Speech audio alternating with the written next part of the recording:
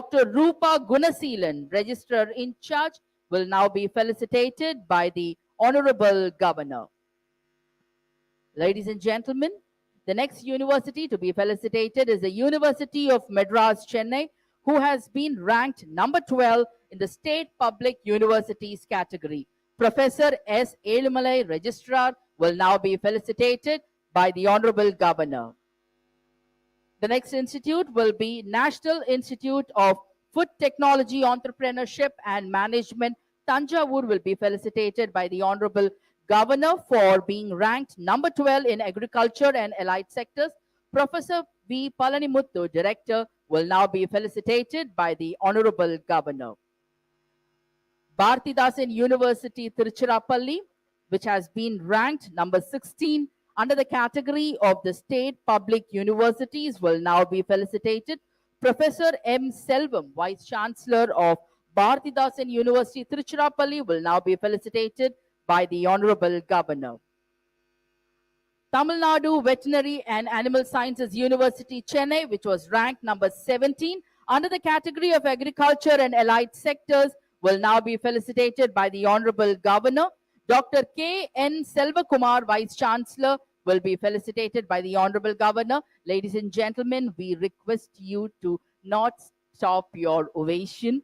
It is a great contribution done by all of you towards the field of education and making the state proud. The next university to be felicitated is the Alagappa University, Karaikudi, for being ranked number 17 under the category of State Public Universities. Dr. G. Ravi, Vice Chancellor, Anna University, Karaikudi, will now be felicitated amidst your good round of applause. The next university to be felicitated is Meenakshi Academy of Higher Education and Research, Chennai, who have been ranked number 13 under the category of Dental. Professor Dr. C. Sridhar, Vice Chancellor, will be felicitated by the Honorable Governor amidst a thunderous applause from his peers from the other universities.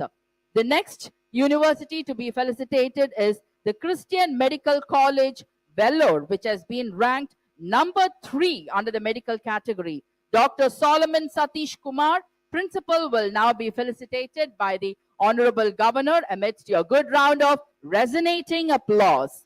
The next institute to be felicitated is JSS College of Pharmacy, Ooty, who have been ranked number 4 under the category of Pharmacy. Dr. S.P. Dhanapal, Principal, will now be felicitated by the Honorable Governor for his illustrious service, and it will be applauded by all our august gathering over here. The next to be felicitated is the Madras Medical College and Government General Hospital, Chennai, for being ranked number 10 under the category of Medical. Dr. C. Hariharan, Director, Institute of Internal Medicine, on behalf of the Dean, will be felicitated by the Honorable Governor. The next institute to be felicitated is PSGR Krishnammal College for Women, Coimbatore, for being ranked number 7 under the category of college. Dr. P.B. Harati, Principal, will now be felicitated by the Honorable Governor. Applause, applause, applause. Thank you. The next institute to be felicitated is Loyola College, Chennai, for being ranked number 8 under the category of college. Reverend Dr. A. Louis Arogyaraj, S.J., Principal, will now be felicitated by the Honorable Governor. PSG College of Arts and Science, Coimbatore, which has been ranked number 11 under the category of college, will now be felicitated by the Honorable Governor. Dr. D. Brinda, Principal, will now be felicitated by the Honorable Governor.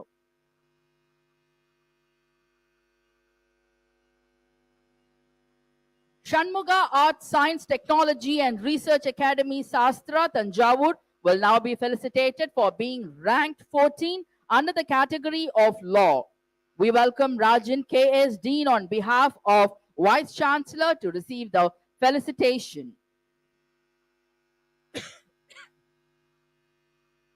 Next, we call upon the Madras Christian College, Chennai, who have been ranked 14 under the category of college. Dr.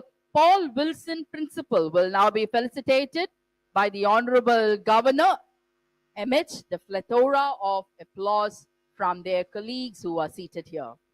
The next to be felicitated is the Tyagarajar College, Madurai, who have been ranked number 15 under the category of college. Dr. D. Pandyaraja Principal will now be felicitated by the Honorable Governor.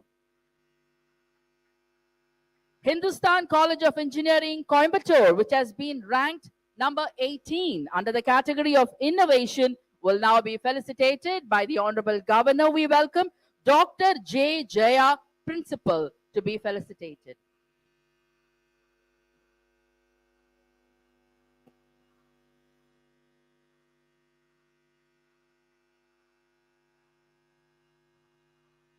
Mornings are always filled with great vibes, and added vibes will echo with your applause and ovation.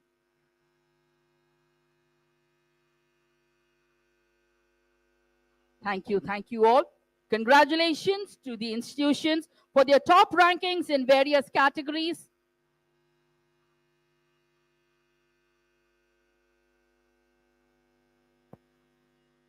Thank you, sir. Thank you, ma'am. Ladies and gentlemen, we would like to extend our invitation to the NIRF ranking institution to commence their presentations. We kindly ask you to adhere to the allocated time limit for your presentation. Thank you, sir. We now welcome the Indian Institute of Technology, Madras, Chennai for their presentation. Hearty welcome to Professor Kamakotin, sir.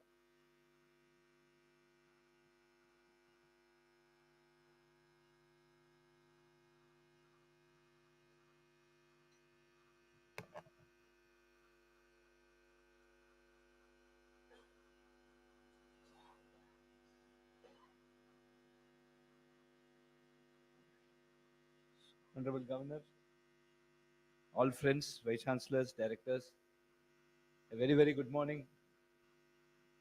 The time where we do an audit of ourselves, thanks to the Government of India for doing this NIRF ranking on a yearly basis, which gives us a synchronization point where we could assess what we have done so far, what we have done best, what we can do better, and also give us some very interesting pointers of how we can shape our institutions so that we achieve certain very high important national goals. So with this, I'll be making a short presentation where I will also try to tell you what has been changed from NIRF 2023 to 2024, some parameters that have changed, and some things that IIT Madras had done over the last year, which had helped us to retain the #1 position in the engineering and overall category, and also #2 position in the research and innovation category. And also some points that I would like to share with all of us so that we could concentrate on those to keep consistently improving our ranking on a yearly basis. So the ranking parameters, we must tell you that NIRF is probably the only government-initiated ranking parameter across the globe. We have other international rankings which are actually done by private agencies. And this essentially has captured some of the national perspectives, some of the national academic needs in a very comprehensive manner. Friends, the ranking parameters need to be, there are a lot of non-measurable parameters. So, but if we are going to arrive at a ranking, we need to translate those into something that is measurable and something that is verifiable. So, there are parameters which are difficult to measure or difficult to verify, and that cannot be a parameter in the rankings.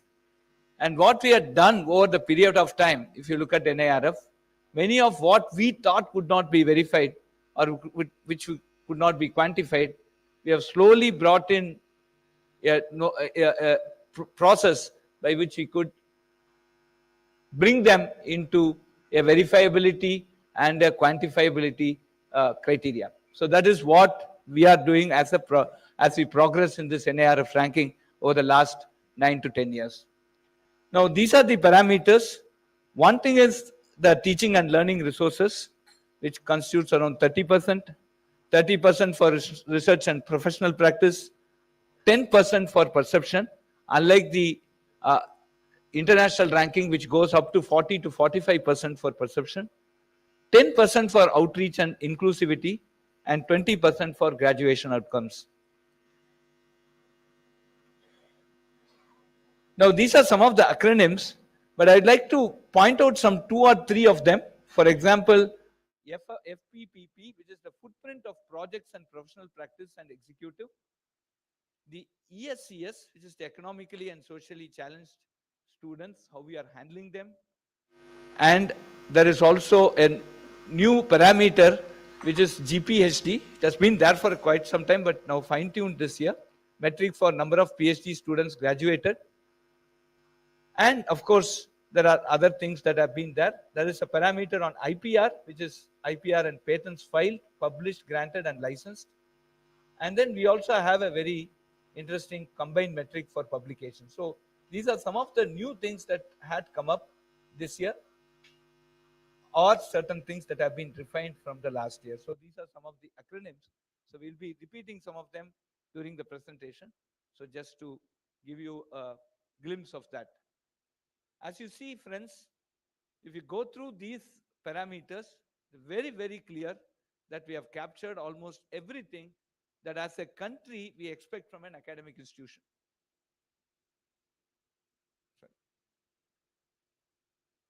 Now, if you look at teaching learning resources, the student strength is given 20% of this weightage, right? And why we are giving that? Because we are a large country and we require larger institutions.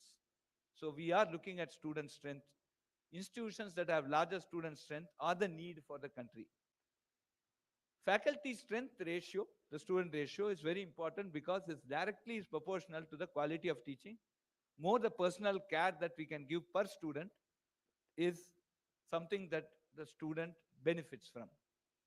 And the faculty with PhD, it actually indirectly measures quality of research and teaching, and good mix of senior, mid, and junior is a requirement here. The senior, mid, and junior requirement essentially captures a good succession planning that the university could put in place, so that for a long-term sustainability of many of the research that they are taking is a very, very important parameter. And of course, financial resource and utilization is directly proportional to the facility we give to the students. And then online education. Friends, today 40% of the courses can be taken online, and that essentially means that there are many institutions with many expertises. Every institution cannot be expert in everything. So we are now saying that 40% of the credits can be taken online. Essentially means that the students can take the best of all the institutions available in the country. And that is what we have enabled through Swayam Plus. And this parameter pushes for a forward-looking institutions. Basically, NEP has recommended online and other alternative mode of education. And this is given a 15% weightage in this TLR. So what I'm trying to tell you is what is the rationale behind coming out with these percentages and the reason for why these are figuring in these parameters. And when you come to the research and professional practice, publications are given 30, so measures quantity of research, and normalization is papers per faculty. So this essentially even enables institutions that are relatively new, which have lesser number of faculty, also to compete nicely because of the normalization, because we are not calculating the total number of papers, but we are taking papers per faculty. And the citations, we are given 30%, are a measure of quality, and the normalization in terms of citations per paper allows smaller institutions to compete. Patents, granted plus published. Even published patents are given weightage here, and it also accounts for the relevancy of research. Friends, in the ANRF, the stress is more on transformational or translational research, essentially research that gets translated into a product that is relevant to the society. So just publication is not going to take us so far. It must be translated into something that is for social good. And that's why there is a 15% weightage for patents, with a great expectation that these patents will become relevant. SDGs, Sustainable Development Goals, are becoming extremely important.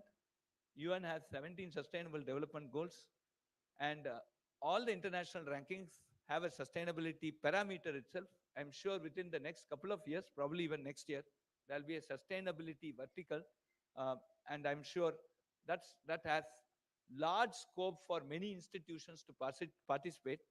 And India as a country, we have given certain assurances to the UN in meeting these sustainable development goal. And it's very, very important that all institutions in their education, in their research, in their practice, in their skill development must concentrate on SDG. And so there is a 10% weightage given for research and professional practice in SDG. And of course, research projects measures quantity of research. Again, this normalization comes from papers per faculty. So these are all some of the important parameters and the rationale why we have these weightages to a large extent. Now, graduation outcome is very, very important. So there is a median salary, and 25 marks is measured for ranking engineering institutes. And one is percentage graduated in stipulated time. This parameter measures the administrative efficiency of an institute. And the number of PhD students graduated per year. This parameter ensures that a good mix of UG and PG students are present in an institution, ensures better research environment. We believe that PhD students will form groups with the undergraduate students and postgraduate students to form a research culture within the institute, which is very, very important for innovation and entrepreneurship and the research output of our country. So then outreach and inclusivity. The regional diversity is given 30. That is, we want from other states. Private institutes actually benefit quite significantly from this, while state university used to suffer for this because of the internal quota that they have for the respective states. And that is why a new category was created this year for the state universities. Women diversity, 50% in students. I think that's also something which is very important, and 20% in faculty. This takes care of the gender equality. And economically and socially challenged students, we are given 20%. As a country, we need to have this inclusivity and democratize the opportunity, and that is basically captured in that parameter. And physically challenged students, facilities for these students. This ensures, again, inclusivity and equal opportunity for everyone. And then there is a perception parameter where the employers and the academic peers perception. This measures the quality of the outgoing students and measures the quality of teaching and research of an institute from a third-party perspective. And we have given 10% for that. Now, friends, these are some of the very important things. NIRF is a very comprehensive ranking framework. It has components for industrial research, translational research, corporate social responsibility research. This is completely missing in other international rankings. Regional diversity, gender equality, and some of these parameters, if addressed properly, will certainly improve our NIRF ranking. And we are one of the most transparent here. It closely captures India's specific commitments for higher educations. And what we have done, inspired by this, to keep our flag flying, IIT Madras has outpaced every other IITs in patents filing. We had 382 patents filed in the last financial year. And we have startups. The IIT Madras Research Park helps us. We have 370 plus startups. They are valued at close to 47,000 crores. IIT Madras is also committed to ensure regional diversity and gender equality in its campus, and this effort has been recognized in our performance on these particular aspects of ranking. And IITM has connected with local community through multiple teaching-related programs, the Vidyashakti program, the other electronic kit program, etc. And we have CSR projects which has helped improve the perception of IIT Madras among industries and academia. And we have new initiatives like the medical school, the School of Sustainability, and the recently a School for Interdisciplinary Studies, which give us an edge in the years to come. So the key initiatives by IIT Madras, which I thought we should share with all of you so that all of you can concentrate on these 6 very interesting parameters which are well within your control so that you could improve your ranking in the coming years. We also have 2 more parameters where we need to improve in terms of innovation and research. We have been at 2 for quite some time. We are trying our best to push to 1. Um, One is that improving the gender equality and regional diversity among students and faculty. A concentrated attempt on this will give you a very good edge, and creating a committee which will ensure quick data collection and verification. And that is also very important. Uh, so many times we miss several data which could have been projected. And when you run a multifaceted institution with many, many departments, etc., this is on a daily basis. So we have now made a collection mechanism, an accumulation mechanism. We believe that every day there is going to be an NIRF ranking. So every day morning we can go and submit the data. So we have automated this, and that really is helping. And I'm sure any help in this direction, we can also basically share some of the process that we are following. And creating awareness among faculty for quality publication outcome. Friends, we must concentrate on Q1 and Q2 journals. Q3 journals are rarely cited. So Q1 and Q2, and basically talk about this through multiple social media and email communications. That is a research, and this has come out, and that is very, very important.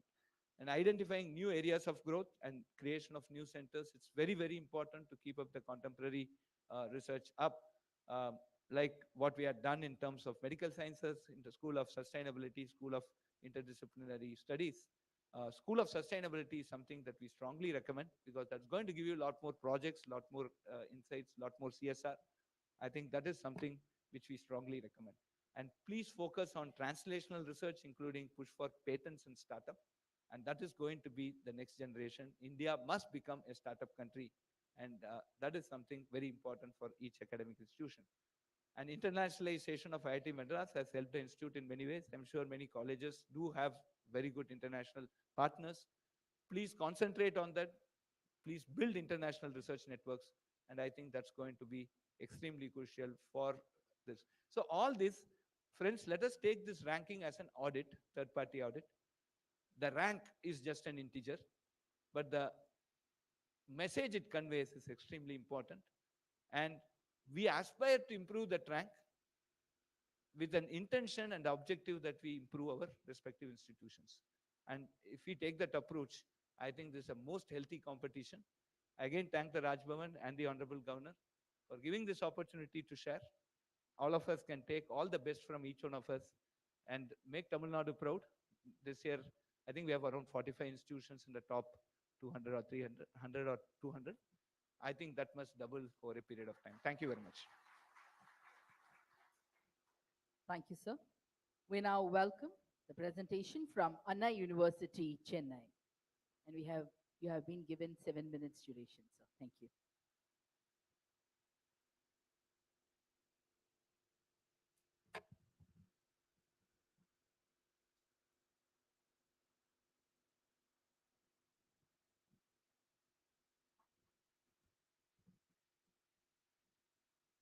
Honorable Governor of Tamil Nadu, Thiru R.N. Ravi, most respected Secretary to Governor, Thiru Kirillosh Kumar IAS, most respected Vice Chancellor of various universities, special invitees, very good morning to all of you. At the outset, I would like to thank the Honorable Governor for having organized this conclave for excellence in higher education in Tamil Nadu. And I'm pleased to present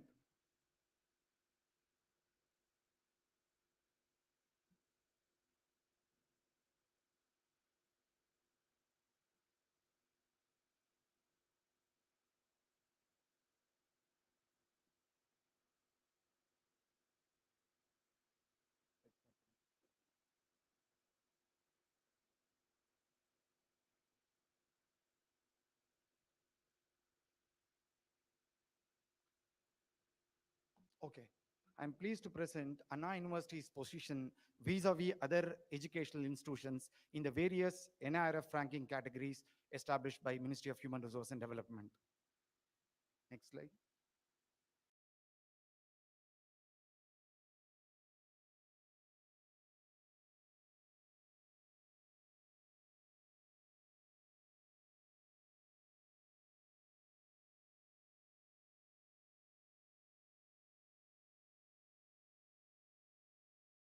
Only state university which is ranked, which has figured in the top, in the top 10.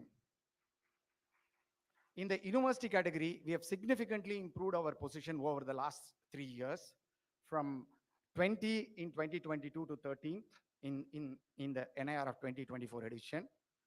And in the engineering category, we have slipped by 1 position. And in the research and in the overall category, we have figured in top 20. At this juncture, I would like to thank the government, both the state government and central government, and all the authorities for having provided unwavering support in enhancing the academic research and innovation ecosystem at Anna University. Also, I would like to thank all the stakeholders, the research collaborators, faculty members, staff members who had helped in figuring in top 20 in all the categories. In the state public university innovation category, university category, engineering, research, and overall category. In this slide, we have compared Anna University's performance in the university category across all the 5 major parameters. Parameter-wise, there are 5 major parameters, and one of the major parameters is teaching learning resources. And in the teaching learning resources, there has been a steady improvement in the TLR score. And the improvement in the TLR score can be attributed to the following factors. We have successfully completed our recruitment, faculty recruitment, and 161 faculty members have been appointed in the various positions at Anna University in the last year. And this has resulted in improving our faculty student ratio. And as a result, we have improved our faculty student ratio score. That is in the metric, FSR metric, our score got improved. And all the faculty members appointed recently are PhD holders, and as a result, it has contributed in improving our score in the faculty qualification metric. So this is the second factor which has helped. And the third factor is improvement in the student enrollment. All the first year lab seats have been filled through lateral entry, which has boosted our student enrollment, student enrollment, and this has resulted in improving our score in the student strength metric. So 3 factors have contributed. The first one is the faculty recruitment, and appointing all faculty members with PhD and improving the student enrollment has contributed significantly in improving our score in the TLR, which has weightage of 30%. And the second most important parameter is RPC, that is research and professional practice. And you can see here, we have significantly improved our score in the RPC category in the last edition itself, and we have maintained more or less in this year. And the improvement in the RPC score can be attributed to the following factors. We have excellent research and innovation ecosystem. There are 40 research centers functioning at Anna University, and in a big way, we promote interdisciplinary and transdisciplinary research. 16 new research centers have been established in the last 3 years. And we have state-of-the-art research facility in all areas, in all niche areas in STEAM. The acronym is Science, Technology, Engineering, Architecture, and Management. And we have aligned our research with respect to sustainable development goals. And as a result, our citations got improved, and the quality of research publication also improved. And also, we have taken a lot of measure in consolidating all the details pertaining to patent through INPA software. And all these factors have contributed in improving our RPC score, which has again a weightage of 30%. So we have improved significantly in the last 3 years in both the parameters, that is in the teaching learning resources as well as in the RPC, which has a weightage of 60%. And the last parameter, which is the perception and accreditation score. As you all might be aware that Anna University has been awarded A++ grade by the National Accreditation Council. On a 4-point scale, we have secured 3.54. And this has resulted in improving our perception plus accreditation score. And in the accreditation component, we have secured full marks, that is 30. And as a result, our accreditation plus the perception score are improved. So these are the three major parameters which helped Anna University in improving our position in the university category over the last 3 years. And of course, in the other two parameters, we have maintained our score, but there is a lot of scope for improvement, and we have taken a lot of initiative to improve our score in both graduation outcome as well as in the outreach and inclusivity. And in this slide, I've compared the scores of top 6 ranked public university. Of course, Anna University being ranked 1. The second ranked university is Jadavpur. The third one is Savitribai Phule Pune University. And fourth one is Calcutta. Fifth one is Punjab. And sixth one is Osmania Universities. I've compared the score parameter-wise of the top 6 ranked university. And the reason why we have remained number 1 is because we have outperformed all the next 5 ranked universities in the RPC category. We have secured highest score, 89.07. And the next ranked university is Jadavpur, which has secured 76.39. Since we have outperformed all the next 5 ranked university in the RPC category as well as in the perception category, we have remained number 1. And our score is comparable to other 5 ranked university in the TLR. Of course, there is a scope for improvement in the other 2 parameters, that is graduation outcome as well as in the outreach and inclusivity. We are taking a lot of steps to improve our score, both in the graduation outcome and in the outreach and inclusivity. And we will take all steps in such a way that we'll remain number 1 forever in the state public university. For that, now we are taking a lot of efforts. And some of the initiatives that we have taken to improve our position in all the categories that have been presented here. In the teaching learning resources, we have enhanced the fellowship, research fellowship on par with UGC to attract quality PhD students. Of course, we have taken all efforts to fill the vacant positions. Thereby, we'll be able to improve our score, both in TLR as well as in RPC. In the research professional practice, we have taken steps. And efforts are being taken to increase the PhD registration by inviting persons from industry and R&D establishment. And in the research and professional practice category, as I had mentioned earlier, we have a conducive research and innovation ecosystem. We have instituted awards for faculty members' achievements in research and innovation. Publication in quality journal is mandatory for PhD completion. And we have aligned our research with sustainable development goals. And in the graduation outcome, since we insist on quality, the number of PhD students graduating is lower. And we have taken a lot of efforts to promote internationalization in big way.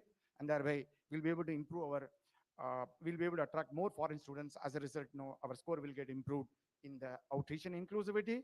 And in the perception, we dynamically update our website. We actively participate in social media platforms, in international rankings, and our 7 years, since we have performed very well in all the editions, the validity period has been extended from 5 years to 7 years. And above all, the effective functioning of internal quality assurance cell in Anna University that helps in improving our position. Thank you very much for this opportunity. Thank you.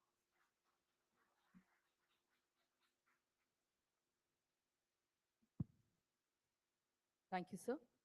We now welcome Saveetha Institute of Medical and Technical Sciences, Chennai, for their presentation.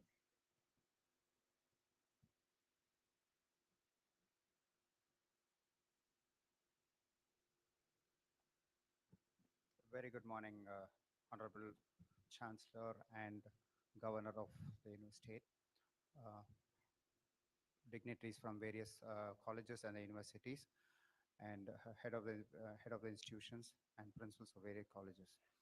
So I'm here to present about the Saveetha Dental College performance in the NEF ranking in 2024.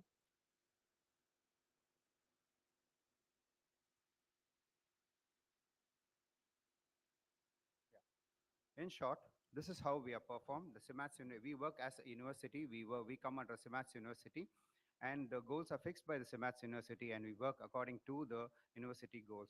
So this is how we have performed in all the specialties in the universities. Around 8 specialties we have in the NEF ranking, and we have shown a tremendous growth in the past 22, 23, and 24. There is a constant growth in all 8 specialties.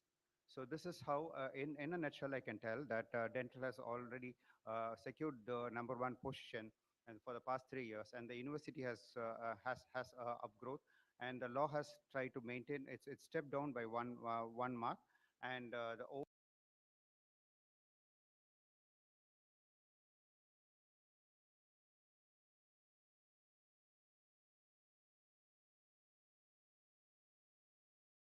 overall to the SDG goals. So when we worked according to the SDG goals, we were automatically getting placed in the international ranking as well.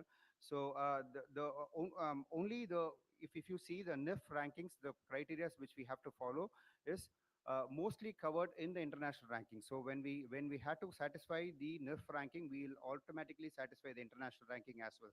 So this is where when we try to work on the SDG goals, we were placed in the Times New ranking with SDG 7 in the third position in the world, and SDG 12 we were in 56th position, SDG 6 we were in 101 to 200 position, SDG 3 we were in world 201 to 300 position, and SDG 9 we were in 301 to 400, and SDG 4 we were in 401 to 600.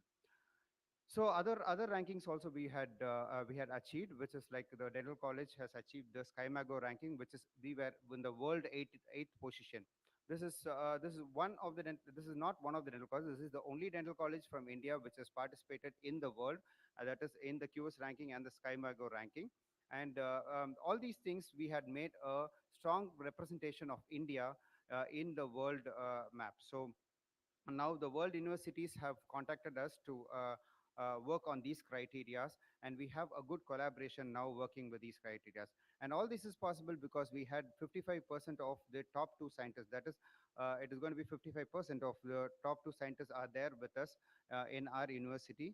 And our work our world institution ranking was platinum, and global digital work university ranking was platinum campus. So coming on to the 2024 international NIRF ranking, we worked in all the parameters. We had a strategy to work in all these parameters, and as the director mentioned, we had to make an understanding of all these parameters as well. And in the teaching and learning resources, we had 100% faculty who has an equivalent PhD degree. In our FSR ratio was 1:10, and almost all our principals and the top management people will be women here. So it is like more than 50 to 60% of the people running the show is the women in our university. And we have a good salary package which keeps down the attrition rate. And for the students' benefit, we follow a CBCS system in the various specialties and various colleges, so that the students have a good understanding of the subject, as well as it's not only about the certain specialty, they have a good understanding of all the specialties as well. And there are more funds which is spent on the teachers and teacher per student. And we had also spent more on the seminars and the conferences, and we have sponsored around 2 lakh delegates in 2023 only.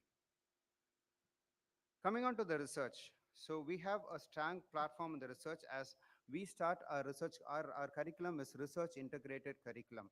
So right from the undergraduation, the student is taught how to write a paper, how to read a paper, and how to even cite themselves in the papers.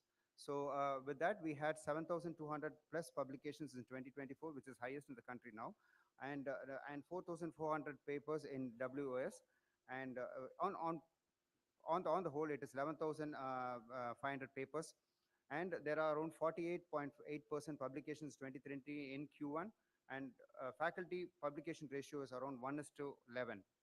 And again, as I told you, there are 55 top two scientists in the university, and we have pioneered in the UG research. This is the strong thing. We have taught the UGs to do the research and perform the research, and all these scientists who are there with us will help the students in performing their researches. And we have a very intensive curriculum. As I told you, the research curriculum, which is not advised by our councils also, we have given it as an additional subject, and we have trained the students to do the research as undergraduate curriculum as well. So when we see the graduation outcomes, there is we encourage all the staffs and the students to participate in the in the PhD programs. So we know this is going to be there in the market, and PhD is going to be mandatory for all the students. So we inculcate the habit of registering for the PhD for all the students and the staffs, and again we help the other university staffs as well. So we have a weekly follow-up for those PhD to finish, because lots of people, they join PhD and they don't try to finish it. So we have a weekly follow-up with the guides, and we evaluate their performance, and a weekly report is submitted to the research team again. So, and increased placement drives has been conducted. We have started conducting placement drives even in medical and dental as well. So this is one of its kind, which has been done in a medical college or a dental college. And again, we support lots of economically, socially, economically weakened population as well. And we also give them a spoken language training. We don't actually support them only by giving a scholarship seats. Yes, we do give them a scholarship seat, but we also support them by the language, because that is where they lack, and they were not able to get placed in good companies because of the language. So we also train them doing a good spoken language. And the NEET coaching for the BDS and MBBS students has been done. It's again an integrated part of the curriculum. It has been done from the first year itself. So that is one of the things which is, and for the engineering students as well, we do a gate question type of examination again. And to be proud of, in the past 1 year, many of our dental alumni have settled, and 11 dental alumni are earning more than 10 lakhs per month. So this is how we train them to get into the market. So that's how we increase the employability of these students as well. So our outreach and inclusive activity is like, we 80%, as I told you, the top management will be women, and the special quota for the physically challenged people and social categories is being given. And we also take awareness programs, and also we do we have also adapted villages and the slums to improve their social well-being as well. And about 70% of the students who have taken admissions in the university are going to be, 70% of the students are outstate universities, and 7% are international students who have joined our university. And again, others, lots of accolades we have, that is like 21 international faculties have come in 2022 to take lectures for our students across the university. And there is two world rankings which has been created by the college, and four world ranks has been created by the students. And in the NEET, as we all know, that it's being our seats are being filled very fast. And alumni success and motivation is what we keep on doing. We conduct regular alumni programs and keep motivating, and we also help the alumni students. And around 35 crores of intramural research equipment investment has been done last year.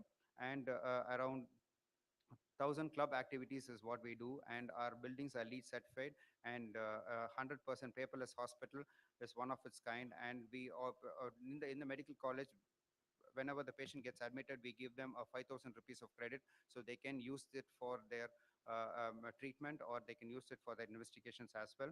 And there is 2 million reactions in the social media. This social media perception is what we mainly concentrate for all the colleges. We ask them to post social media contents, and we actually make a follow-up of what is being posted, and how is it being received.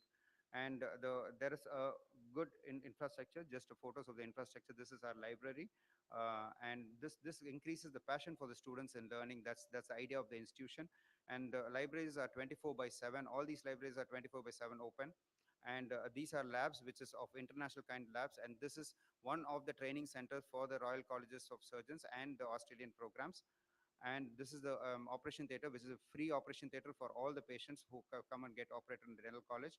And these are all food courts, which is fully air conditioned food courts. And this is a special fertility clinic, which is a free of cost fertility clinic, which is being developed in the medical college. And that's an ICU.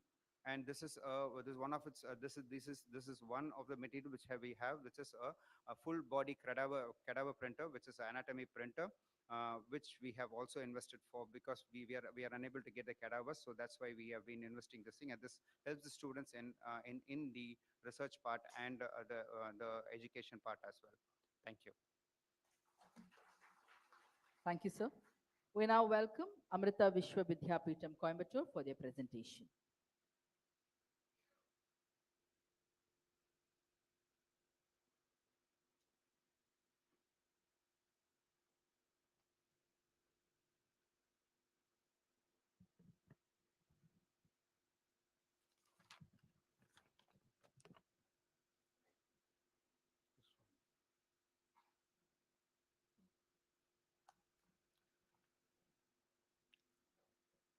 His Excellency, the Honorable Governor of Tamil Nadu, other dignitaries present in this meeting, my humble pranams to all of you. We from Amrita Vidyapeetham are honored to be called into this meeting to discuss the progress made by universities in Tamil Nadu. Amrita Vidyapeetham is established out of the vision of the world-famous spiritual leader Sri Mata Amritanandamayi Devi, popularly known as Amma. The institution is established with its commitment to the transformative power of value-based education, providing to harmonize both scientific knowledge and spiritual understanding so as to utilize knowledge for societal benefit. Amma has coined the word for this value-based education, education for life.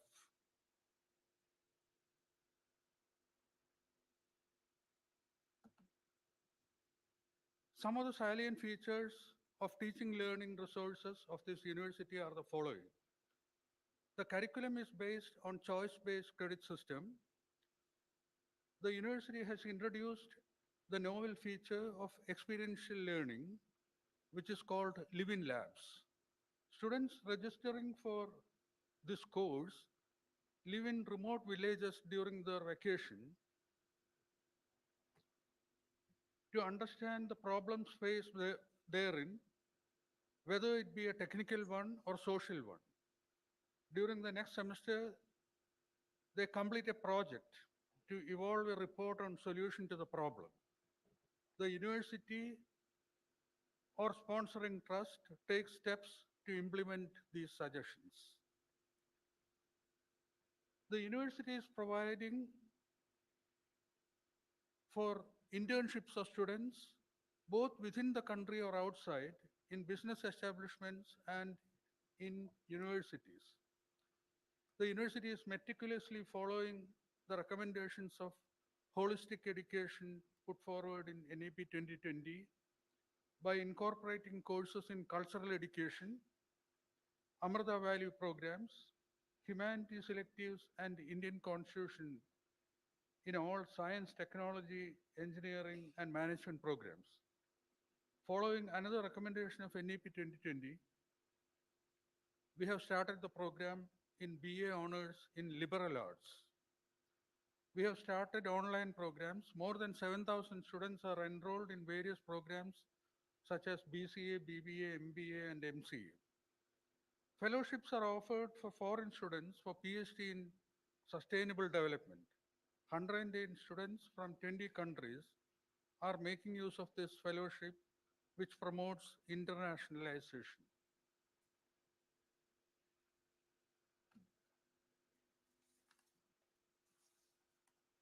Some of the significant features we have provided for the fast learners are the following. Fast track courses.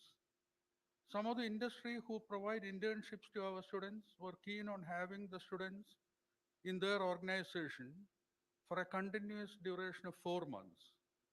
Therefore, the university started teaching the courses the students would have learned in the final semester on a fast track so that the students finished their final semester coursework in about a month's time and were ready for their internship work. In line with the recommendation of NEP 2020, we have started several undergraduate honors programs providing both alternatives of the final year being completely devoted to research work or the final year being devoted to coursework, enabling the student to get direct admission to the second year of the PG program.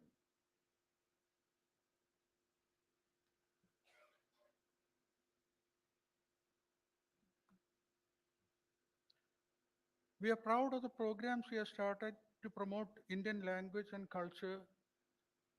Amrita Darshanam, International Center for Spiritual Studies of the university, offers courses on India's heritage, Mahabharata, Ramayana, yoga and meditation, Bhagavad Gita, on spiritual leaders of India and ancient Indian sciences. We have been sanctioned projects by the National Mission for Manuscripts for starting a manuscripts resource center and manuscripts conservation center. The university also offers short-term certificate courses, for example, the one on Sanskrit. Recently, the university started its center on sculpture and painting to offer one-year diploma programs in mural arts, fine arts, painting, traditional sculpture, and wood carving.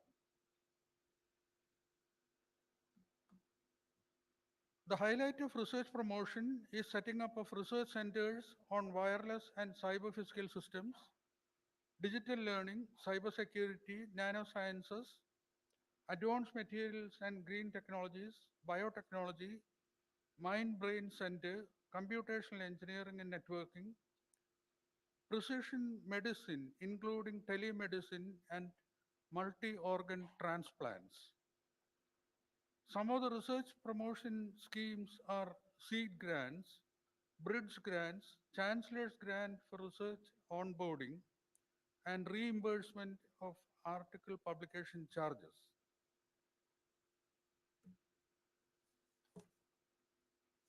Campus of the university have been started in different parts of the country, the total number being 9 at present.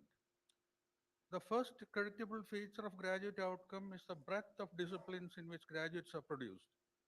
The disciplines include science, technology, management, art, humanities, commerce, social and behavior sciences, health sciences, including allopathy and Ayurveda.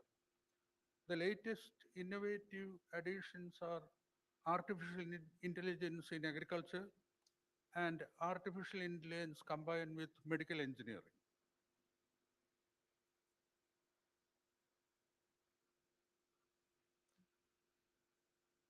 The outstanding features of outreach and inclusivity include the following. Several MOUs have been signed for dual degree training programs with universities around the globe.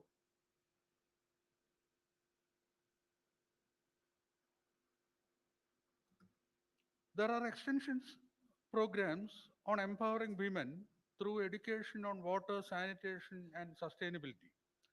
Over 20 courses are implemented, including first women plumbers trained in India, carpentry, toilet building, and motorcycle repair, seaweed cultivation for coastal biodiversity conservation, water quality management for sustainable living, sustainable agroforestry practices, mushroom cultivation and beekeeping,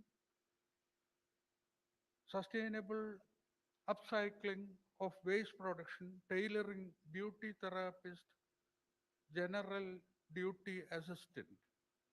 These efforts have helped in forming several self-help groups for women.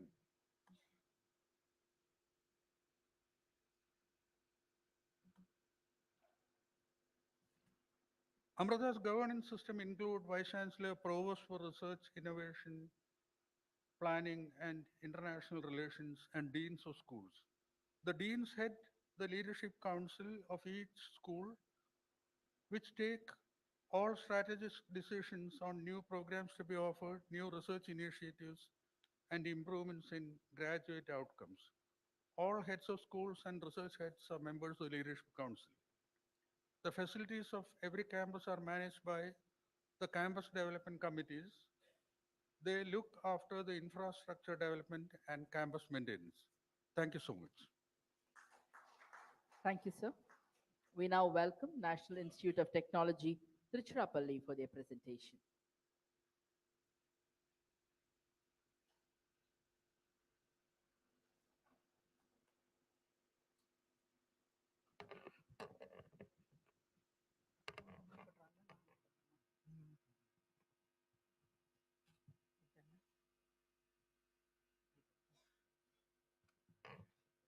His Excellency Sri Ravi ji, and all the other dignitaries on the dais and off the dais.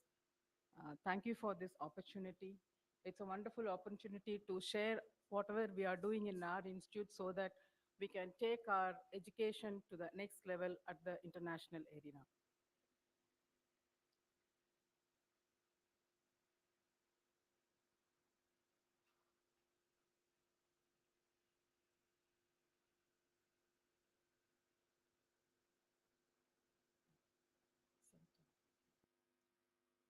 me representing NIT Tiruchirappalli as director, I would like to place on record to achieve this all the faculty members, staff members, and the students to help us or to take us to up to this level. So about NIT Tiruchirappalli, we started in 1964 as REC. Now we are in our Diamond Jubilee celebration, that is the 60th year. So we have around more than 7,500 students with 23% female representation. It's a premier destination for high-ranking JEE aspirants and faculty with extensive international experience. We have pioneers in flexible curriculum among NITs, strong sustained industry engagement we have, and we have a alumni relation at an all-time high right now, and UG and PG programs accredited by NBA and state-of-art NABL accredited uh, laboratory is there. This is our ranking. So if you see that in engineering, we are in 9th position. All the rest of the institutes are only IITs. So I would like to have, or again, I would like to thank all my faculty, students, and all the staff members for achieving this. So we are in 31st place in overall, and 51st in management, 31st in research, 8th in architecture, and 9th in engineering. So with respect to TLR, what is the advantage or the plus point for us is it's a flexible curriculum. We have aligned with NEP 2020 and National Credit Framework 24-25 for a modern academic experience. We have reduced the credits to 160 with options for minor and honors top-ups, that is on the student's choice. Up to 18 credits via MOOCs, yes, we have introduced, earn significant credits through MOOCs. It's a plus point for our students to get the exposure to other type of teaching, learning, and other expertise also. So we have credit transfer from IITs. It's a seamless credit transfer opportunities with IITs. Already we have executed MOU with IIT Madras, and our students are pursuing their final year there, and they are continuing their PhD at IIT Madras and at IIT Delhi also. So the exit options we have incorporated in our that's a new curriculum NDP 2020, BSc Engineering at the third year and MS Engineering at the first year PG. And we are encouraging exciting project opportunities across diverse fields within our students, and it gives more options for longer internships and semester exchange programs.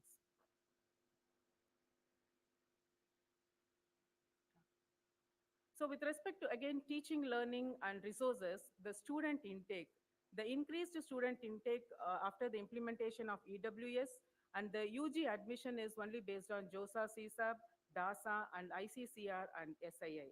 And for the MTech and the MArch, we are the gate qualified candidates through the CCMT, that's a common admission test. The faculty, yes, we have all the faculties with PhD, and they have exposure in foreign universities with strong research credentials.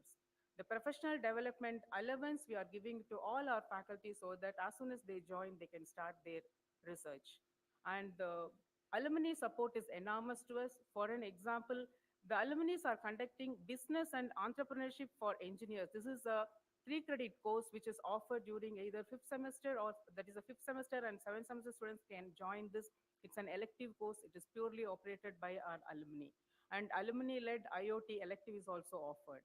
And with curricular and extracurricular activities, we have boosted support for technical clubs, sports facilities, and all the hackathon participation.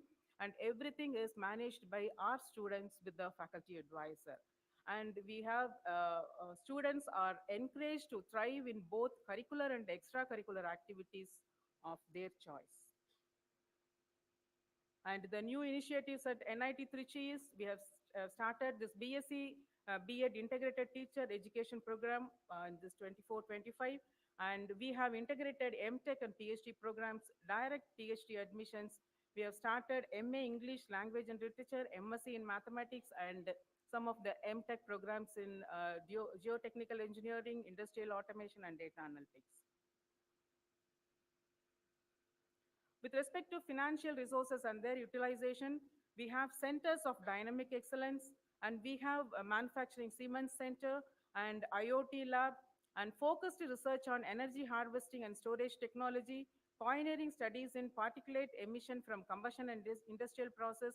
And we have electronic system design, calibration, and testing facilities to ensure precision and innovation. NSM supercomputer is available in NIT Trichy. Even we are allowing or we are extending the invitation to all the people who want the additional supercomputing facility. Yes, they can use it. We have in our website there is a link is available. Anybody is interested to use that NSM supercomputer, it is available to all the other institution also. And Student Innovation Center we have supported by Tech3 to foster creativity and innovation among students. And the IT infrastructure and smart classrooms is we are giving the enhanced digital learning and teaching experiences.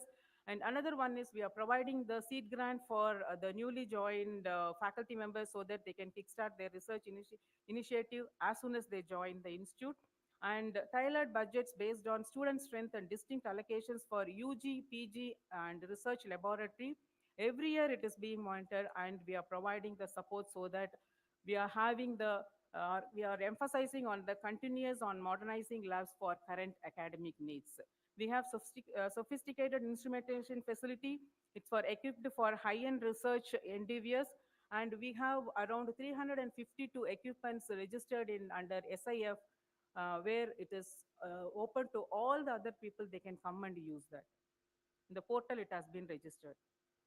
All the equipments which are costing more than 20 lakhs. And the research and professional practice for the faculty members, it's a balanced workload.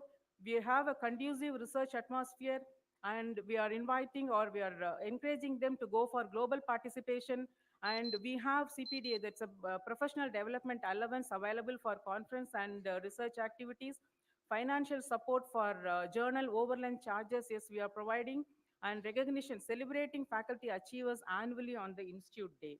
And PhD is mandatory for all the faculty who have joined. And the publication standards also for the PhD scholars to publications in reputed indexed journals. Strategic MOUs you are encouraging, and collaborative excellence, engaging in joint conferences, research publications, and IPRs with leading institutions under MOUs. And we are supporting financially for and motivating. We are providing it for workshops focused on patent filing and innovative developments, and expansion of Spark projects and GYAN courses, financial support for organizing international conferences to boost research citations and enhance stakeholders' perception. We have around 150 active projects. So during the Institute Day, we are recognizing the excellence of all the faculty members and academic and research achievements through honoring departments for their paper publications, citations, patents, projects, and consultancy work. And based on this NIRF ranking parameters, yes, all the departments are encouraged to participate in the competitiveness, and we are awarding the best department every year also. And apart from that, budding researcher award is being given to them. Sports achievements, we are celebrating the students who excel in sports, promoting a balanced lifestyle. Even day before yesterday, we have conducted a marathon where 3,200 students registered in that, and around 2,400 students participated in the marathon, 9 kilometers for the boys category and 6 kilometers for the girls category. And Best Innovator Award we are giving, recognizing the groundbreaking innovation and creativity. Graduation outcome, robust support through a dedicated counseling and guidance cell. And we have top recruiters with us.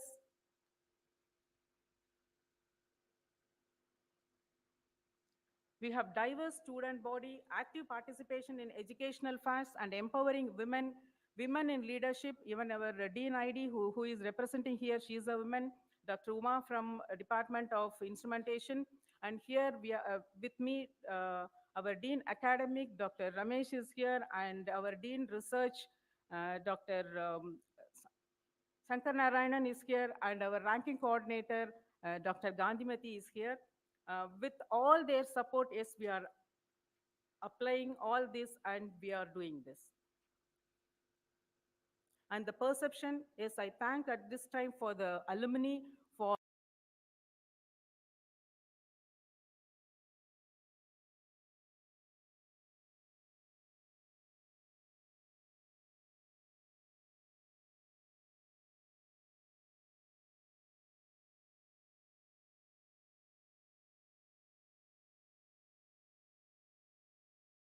for being the brand implementation at the departmental goals, faculty accountability, and data-driven monitoring. And once again, thank you for the opportunity for sharing our thoughts. Thank you. Thank you, ma'am. I thank all the institution for adhering to the time, and we also request the upcoming institution to stick to the time given to you. Next, we welcome Tamil Nadu Agricultural University, Coimbatore, who's been given 7 minutes duration.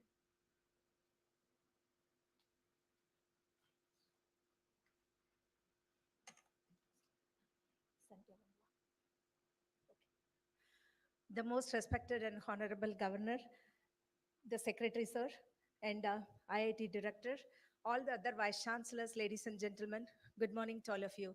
Thank you very much for giving this opportunity to share the ranking framework followed in Tamil Nadu Agricultural University.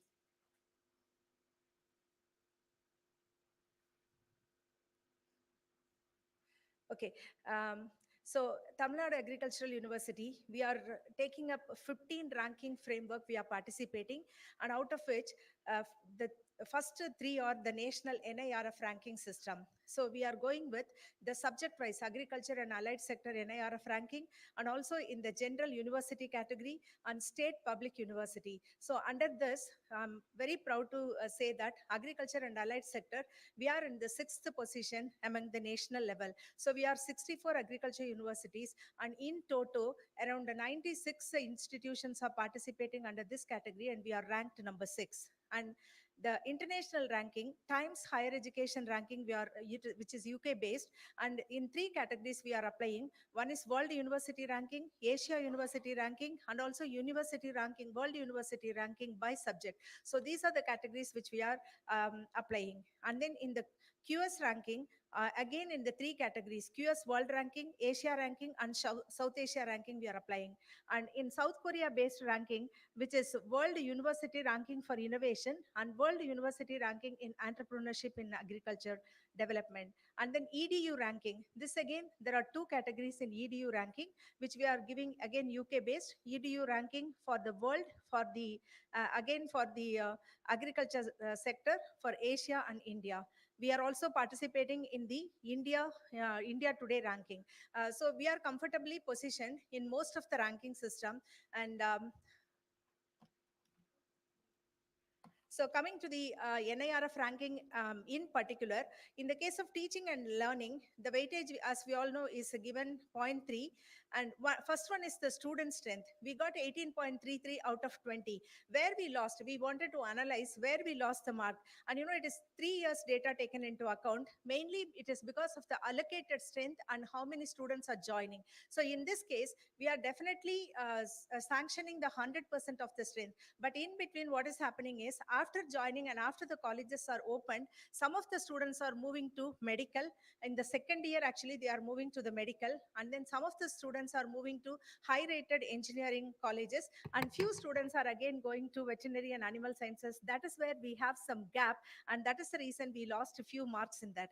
And the next one is faculty student ratio. We are very comfortable, but we got 30 out of 30 for that, because against the prescribed strength of 1:20, we have 1:8. You know, like we are focusing more towards imparting education to the students. And the third one is combined matrix for faculty with a PhD. You know, here we lost a maximum mark. The very reason is our recruitment was not happening for the past 10 years. We are trying hard, and we are hopeful that we will be recruiting it. So below 8 years service category, we don't have even one single faculty. That's where we lost the mark. So it is very important that the recruitment has to happen time to time. Otherwise, it will be very, the new blood will not come into the research system, and we will not be able to do innovative kind of a path-breaking research and all.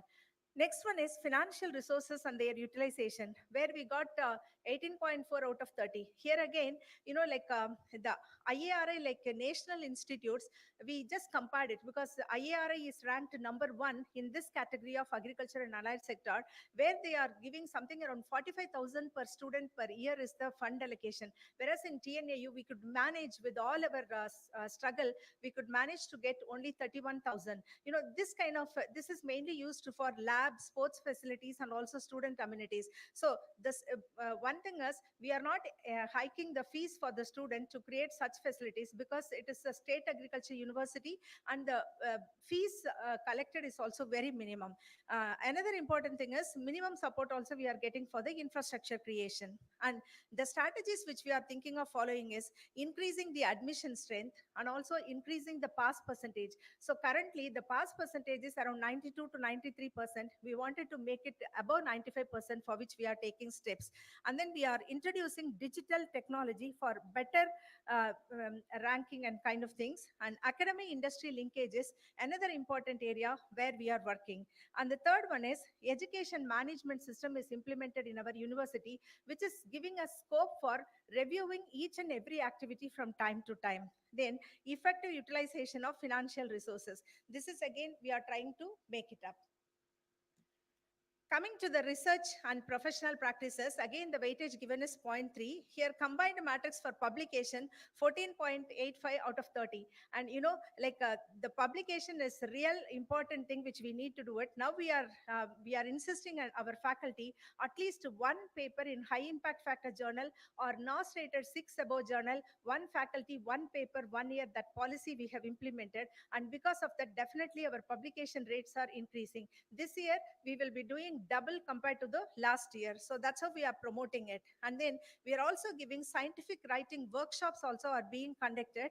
And, we are providing financial assistance for publishing for the students for publishing in high rated journals. So these are some of the things which we are following for improving the quality of publication. Again, the citation, people were not aware of like how to cite the publications, self citations they were making. Now we are giving workshops how to cite important papers and how to cite the papers which was published earlier from our own university. Those things are being, awareness program has been conducted. And again, IPR and patents. I would like to say that the IPR and patents was very low. In 2021, we had only 2 patents. And now we have increased. Last year, we had 49 patents. This year, we are expecting more than 80 patents. Already 10 has been, patents have been published, and we are expecting 70 more. Now we have developed a cell, IPR cell, and we have employed patent attorney general. So we are actually in the move of encouraging our students and also staff members to file more and more patents. And again, for this, we are providing fellowship to all the students so that the financial burden is taken off. For the master's students, we are providing 10,000 rupees per month. And for the PhD students, we are providing 20,000 per month. Other than the students who were successful in getting the competitive fellowships from ICAR, IARI, CSIR, and so on. And not only that, incentives to the scientists are also provided in many ways to encourage them to get externally funded projects. Again, footprint of projects, this one, we are encouraging to get more externally funded projects. And last year, we got 68 crores as externally funded projects outcome, which is one of the biggest amount which we got it over the past 5 years. And another thing is consultancy projects. We were little weak on the consultancy project. Now we have found where all we can keep it, because ours is service-oriented institute because of the agriculture in nature. Now we are concentrating on something like consultancy projects as well. Graduate outcome. And here this is very, very important. Combined matrix for the placement of higher education, where we lost a lot of marks. The reason is we are not able to get the data. After the completion of the graduation, we have to follow them up at least for 4 to 5 years so that we can know where they are placed, how they are placed, and so on.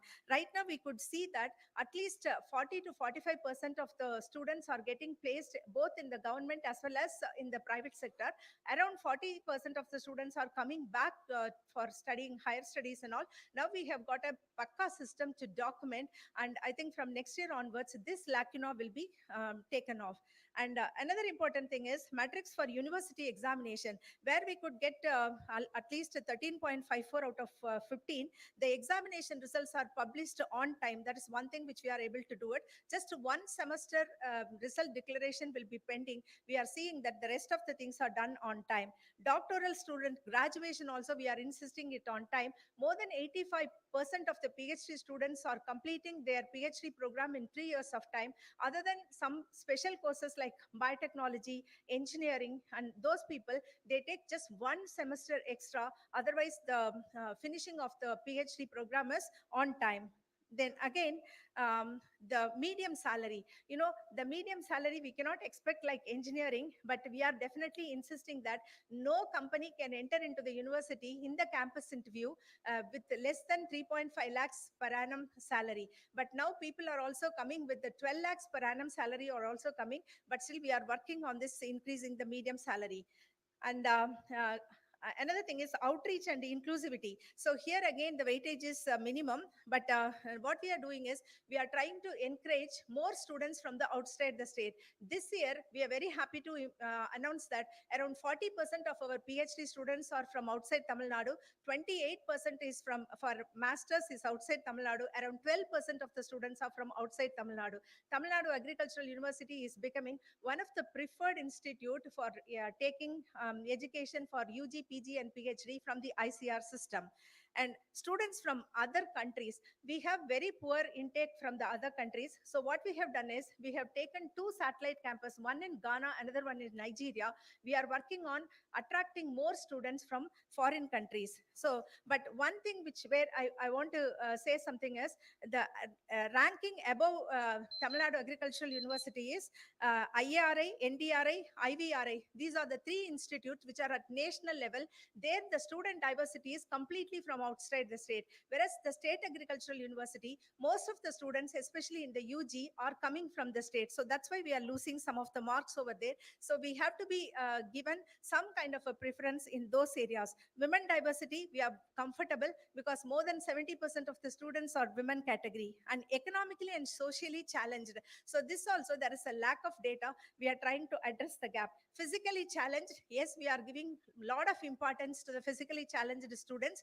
And like for the differently abled students, we have created a cell for their welfare, and we are doing a lot of welfare activities for them. And we are taking inclusivity by inviting government students through the 7.5% quota, and women diversity collaboration with other institutes are given.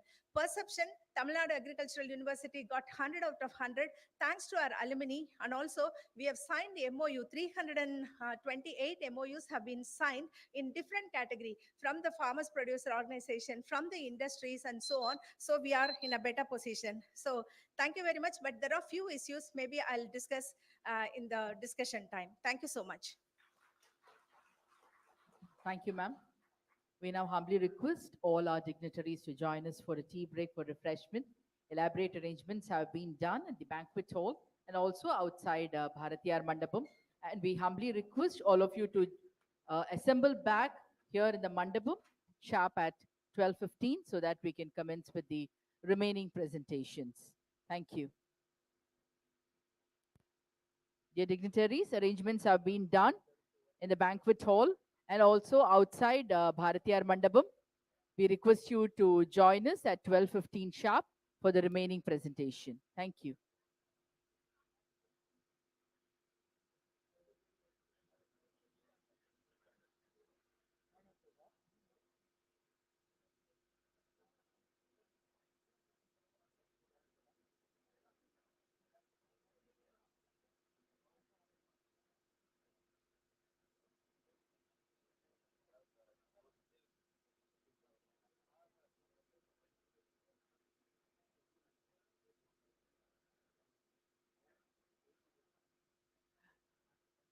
Dear dignitaries, we request you to join us for the refreshment because you have to assemble back here again sharp at 12:15 for the further presentations followed by the interaction.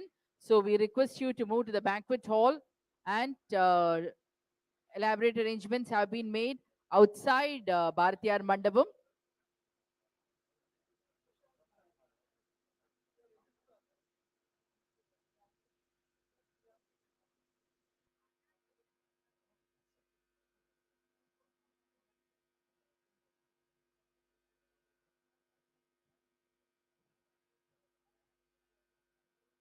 Dear dignitaries, we request you to move to the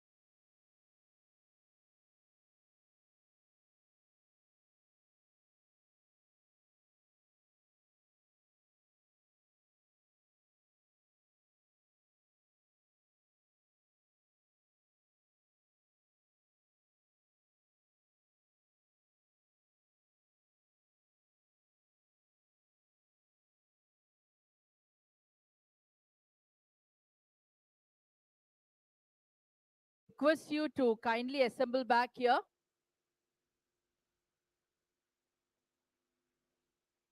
Dear dignitaries, vice chancellors, we humbly request all of you to kindly assemble back in the Bharatiyar Mandapam so that we can commence with the remaining presentations followed by the interaction.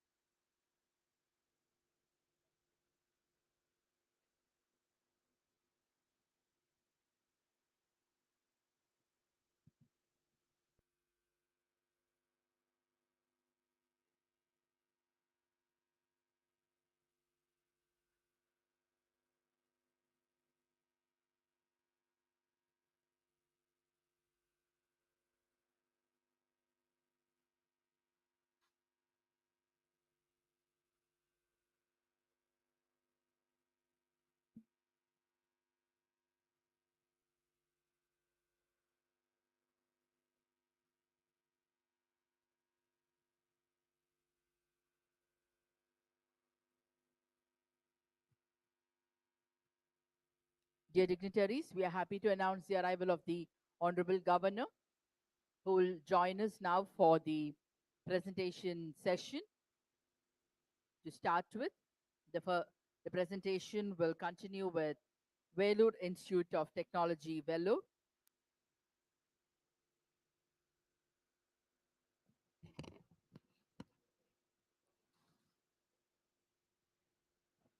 Good afternoon. My respects to His Excellency Honorable Governor, Director IIT Madras, Secretary to Governor. I am very happy to present the NIRF ranking for VIT. NIRF rankings 2024. We are 10th in university category, 11th in engineering category, 13th in research, and overall category it is 19th.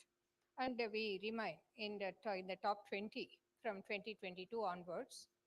And the primary reasons for our positions and our rankings would be the quality in teaching, the innovation, research, and employability, what we create for all the stakeholders.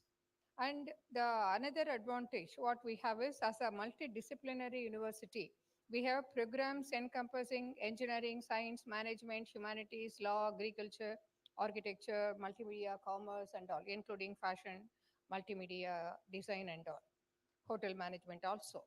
And with this multidisciplinary environment, the best practices what we follow is focus on both quantity and quality.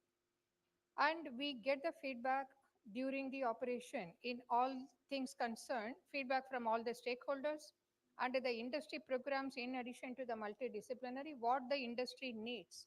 Based on that, we dynamically change. That is the main privilege what we have as a deemed to be university. Based on the industry requirements, we coin the curriculum and we have the syllabi and we have the industry input also from the industry people. So the state of the art multidisciplinary research centers what we have faculty from all the disciplines there together with a common focus. For a complete product, we need to have more than 3-4 disciplines nowadays, what we see. Therefore, as a multidisciplinary research centers what we have, they add very much value to our system. And we have our faculty members and all the leaders of the institution given with the necessary autonomy and empowerment along with accountability. And we have good industry institute integration through even upskilling for industry and giving away programs to them and having their industry problems brought into the university for solution and consultancy services and all, which are actually systemized. Consistent and diverse placement opportunities we maintain, and induction of professor of practice and adjunct faculty and all, and professors handling for each syllabus one particular module for the contemporary topics. We have that as a practice. And sponsored project, industrial consultancy, industry institute immersion, it's continuously happening. Our faculty, for example, for certain courses like additive manufacturing, VLSI design and all, we have our faculty members going to industries for working. And we have support for the advancement of rural students as an institutional social responsibility. We identify from each of the state government public schools the topper girl and boy. We provide them the complete education within no cost involved at all, and we provide them great employment also. And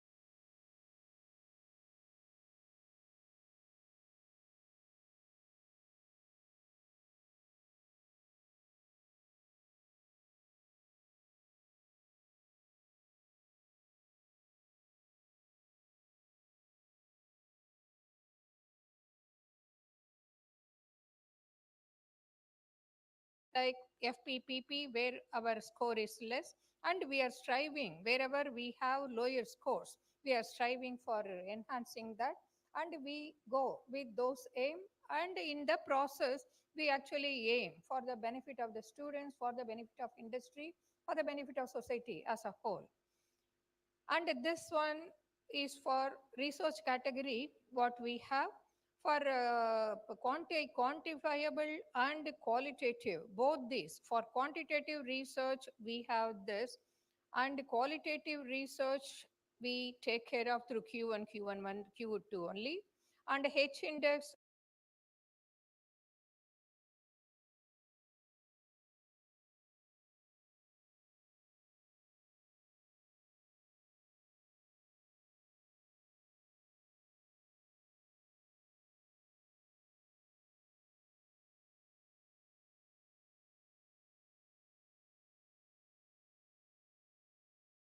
we get the maximum marks. And the research, we actually have UG students naturally. We have our international rankings and all defined, and right from QS and Shanghai rank and QS ranking, we are climbing up. We are we holding positions up to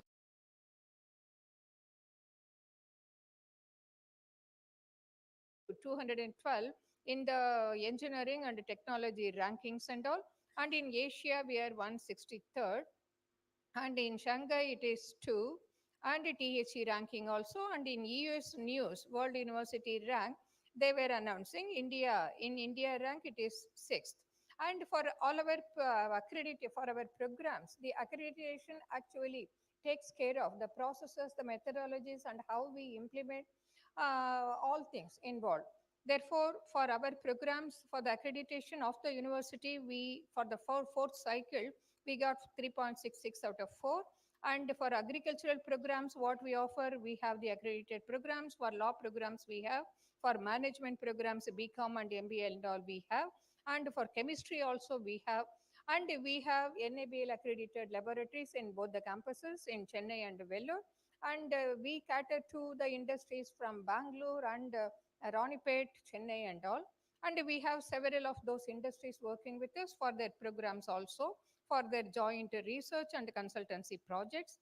And we have to focus more, because given the number of programs what we have and the latest programs what we have, and the multidisciplinary programs like AI and robotics and all, getting good faculty for those areas, cyber physical system, cyber security and all, is becoming more difficult day by day.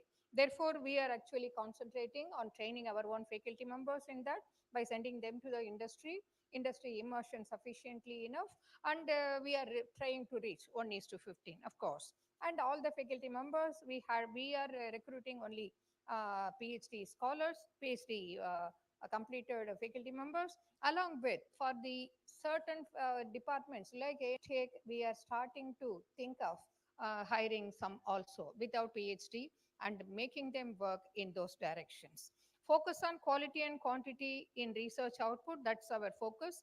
That remains our focus always. And initiatives for enhancing IP generation. We have excellent student strength and dedicated faculty members and dedicated scholars. We are now trying for more IP generation with the impetus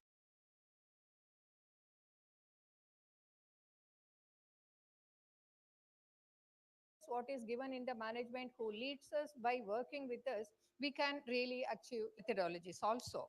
And enhancing research consultancy and executive development training also for all the industry stakeholders, and developing more courses for online learning also, it remains our aim. And we have already started online courses and all. Strengthening documentation for student progression, that we are focusing on.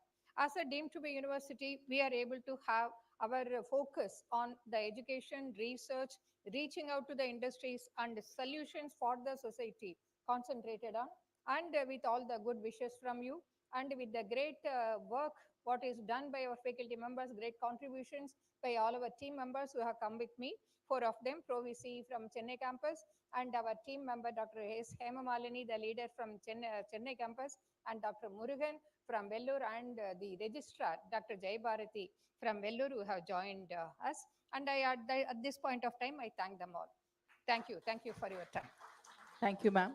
We now welcome Shanmuga Arts, Science, Technology and Research Academy, SASTRA, Tanjavur for their presentation. Thank you.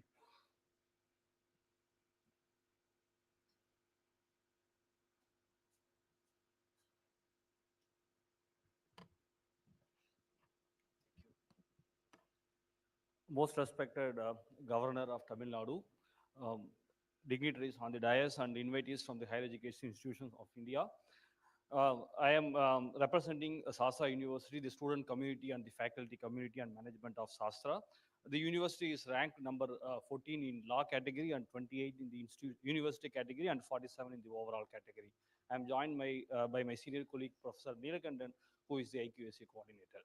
The university believes that a strong world-class institution can be built on two foundational pillars, namely the quality education and the research and development, which are possible through another four foundational pillars, namely infrastructure, students, faculty, and the curriculum. We have the Vision 2025 document, which we have now upgraded it to Vision 2035 document, which is to be released very soon. And this vision document is the one that is driving the university's activities. Such a document is made in consultation with the policy makers of the government, looking at the industry experts and the inputs from the statutory bodies. So this helps us to come up with a policy framework that helps the institution to improve. So we would like to share some of the best practices that we follow that helps us to get the ranks that we have got in the various categories, starting with the transparent merit-based admission, which is also inclusive. By inclusive, what we mean is we have also 20% reservation for the students from the Trichy and Tanjavur districts, the students who had done the schooling in Trichy and Tanjavur districts, so that 20% exclusive reservation is available for them, so that they can benefit from the world-class institution available in that particular locality itself. Our curriculum is frequently upgraded. We come up with new programs in collaboration with the industries, and our MTech VLSA program, which is supported by Tata Electronics, is a very flagship initiative, which is a model program for for the VLSA degree programs. We have very strong industry connect. We have the industry sponsored labs. We have consultancy projects run by the industry. We have now also jointly developing technologies with the industry in what you call as the industry accelerator, which has been supported by the Ministry of Heavy Industries under the Capital Goods Scheme. So our students and faculty members are able to work hands-on and also rub shoulders with the industry partners in technology development as well. While with the students and faculty members focus on the teaching and learning and research, the institution provides them peace of mind through the student welfare and faculty welfare scheme, so that they can concentrate on teaching, learning, and research. So looking at some of the parameters, we have consciously looked at the NIRF parameters, which directly contribute to the good teaching, learning, and research at the university. As a result of which, we have consistently now the faculty in the ratio of 1:15, that is faculty student ratio of 1:15 in the overall category. And in the law, we have 1:20, which is much better than the BCI prescribed norms. And we have also have a right blend of faculty with the experience as well as the young faculty members. And as presented by many other institutions, all the new recruitments are made only with faculty members with PhD, and those who have already joined long time back but didn't have PhD have also been motivated to complete the PhD program. And as a result of all these efforts over the last 3 years, one would see that there is a consistent increase in the faculty student ratio score. We have now reached almost the maximum for the overall category, law as well as the engineering, where we are close to 30 or 25, the maximum score. Then we also have seen that there is progressive increase in the faculty quality and the experience score because of more percentage of faculty members having PhD degree and also having the right blend of experience. So as a result of which, in these two parameters, FSR and FQE, where there is clear objective benchmark, the institution like us are able to really reach the benchmark in a very sustained manner, and we wish to continue with this effort so that we get these scores only increasing or reach the maximum or continue to attain the maximum over the period of time as well. This is reflected across the categories in which we are ranked, namely the law overall as well as the engineering. The institution is very aware of the infrastructure upgradation in line with the new technology trends. And we also are aware that Make in India is one of the flagship initiatives of the government, and we want our students to be part of it. We want the institution also to be part of it. Hence, jointly with industry, as I said earlier, we have set up the industry accelerator where hands-on training can be given to people in technologies such as surface mount technology, fabrication, PCB, robotics, AMR, AR, VR. And as a continuation of this, we have also now established a center in collaboration with Bajaj. Bajaj is best is the Bajaj Engineering Skills Training Center, which is the flagship CSR initiative of Bajaj. This is the first such center or only such center in Tamil Nadu. This center aims to train 500 graduate trainee engineers and diploma holders on robotics and automation, Industry 4.0, sensors and automation, and electric vehicles. And some of the facilities that are open now for people from institutions across the country, not only from SASTRA, but for students from across the country, are the industry gate facilities, which are first of its kind in an academic institution in the country. So all these ensures that our students are capable of having the project internship carried out inside the SASTRA, and they are better prepared to face the recruitment when the campus interview happens. Research among several initiatives, I would like to highlight the support that we give to the full-time PhD students. All the full-time PhD students in our university are supported. Even when there is some time delay in the release of fellowship from the government projects, the institution supports them through giving the fellowship. As a result, over a period of time, we have seen completely a good amount of increase in the number of PhD graduated. We would be able to compete much better if this PhD numbers is also divided by the faculty while the normalization is taken. But right now, we understand that the absolute number of PhD produced is what is taken for the ranking. Maybe if this is also divided by faculty and normalized, there could be some better opportunities as well. We are more concentrated on the quality of publications. In the institution, 80% of our publications are in Web of Science, and 70% of our publications are in Q1 and Q2. And every year we see that there is an increase in the median impact factor of our publication.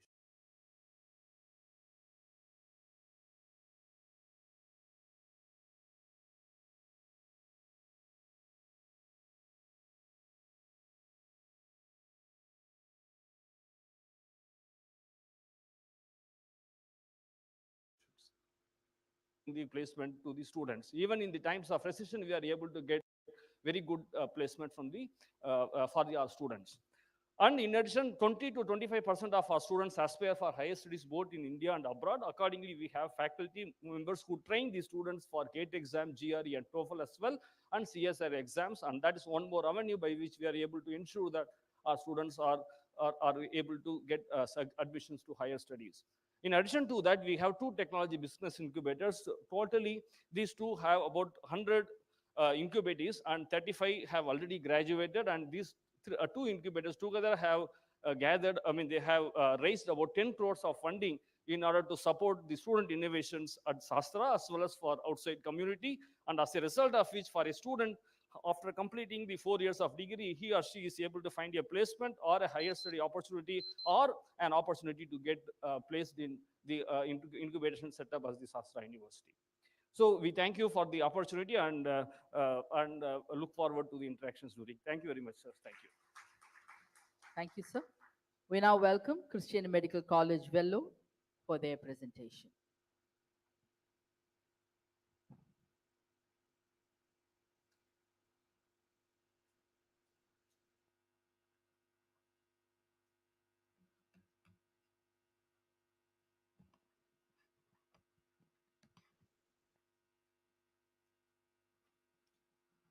Good afternoon and greetings from Christian Medical College Vellore. Big thanks to our Honorable Governor of Tamil Nadu for bringing us all together, for felicitating us and providing this platform so that we can hear each other's best practices and also network in the future. Thank you very much, sir. Christian Medical College over the last several years has been known by several taglines. And one of the taglines is serving the nation since 1900. So that's a very long time ago. And CMC was born based on a need. And everything that we do in CMC is based on the healthcare needs of our country. And the need in 1900 was women were dying in childbirth.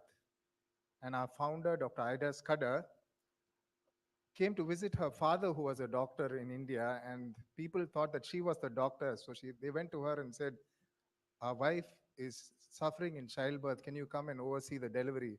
And she said, no, I'm not the doctor. My father is the doctor. And three men came the same night to their house asking for help for their wife's delivery. The next day, she heard that all three women died because the custom at that time was men couldn't oversee the delivery of women. So then she made up her mind, went back to Cornell, studied, and came back in 1900 and started a one-bed clinic. And soon she realized that she couldn't meet the healthcare needs of the country by herself. And then she started training programs, nursing in 1909, medicine in 1918, and so forth. So many allied health science courses, the higher specialty MD, MS, super specialty courses from 1950s. So actually, all of us currently there are standing on a very rich heritage and legacy. And we thank God that we still continue to have dedicated and committed faculty to carry on what was started more than 100 years ago. The core of our educational process is that students who come in will go out and give quality healthcare, and they will be service oriented. So our whole teaching, learning, resources, all our curriculum is aimed in such a way that they will be professionally excellent, they will be competent. Not only they will be competent, that they will be compassionate and willing to respond to the needs of others. So in our curriculum itself, during their holidays, they have 2 weeks of postings where they go to different parts of India, resource limited settings, rural settings, where they actually get a taste of what healthcare in India is. What are the healthcare needs? How is healthcare practiced? Because here in CMC, we have tertiary care, we have all the latest things, but they need to know what the needs of our country are. So that's one of the things in our curriculum. We ensure that they are ethically sound.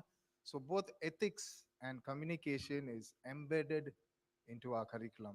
Now, if they're there in a surgery posting or an OG posting, what are the different ethical things that come up in that specialty is brought to them so that when they leave, they'll be ethically sound. And we believe that patients come from all over India to CMC because they see that no ethical medicine is being practiced in a hospital. We also want them to go out as servant leaders. So at the same time, when they're having curricular activities, there are also various responsibilities we give them so that they learn leadership also, so that they will go out as servant leaders with a special concern for the poor and the marginalized.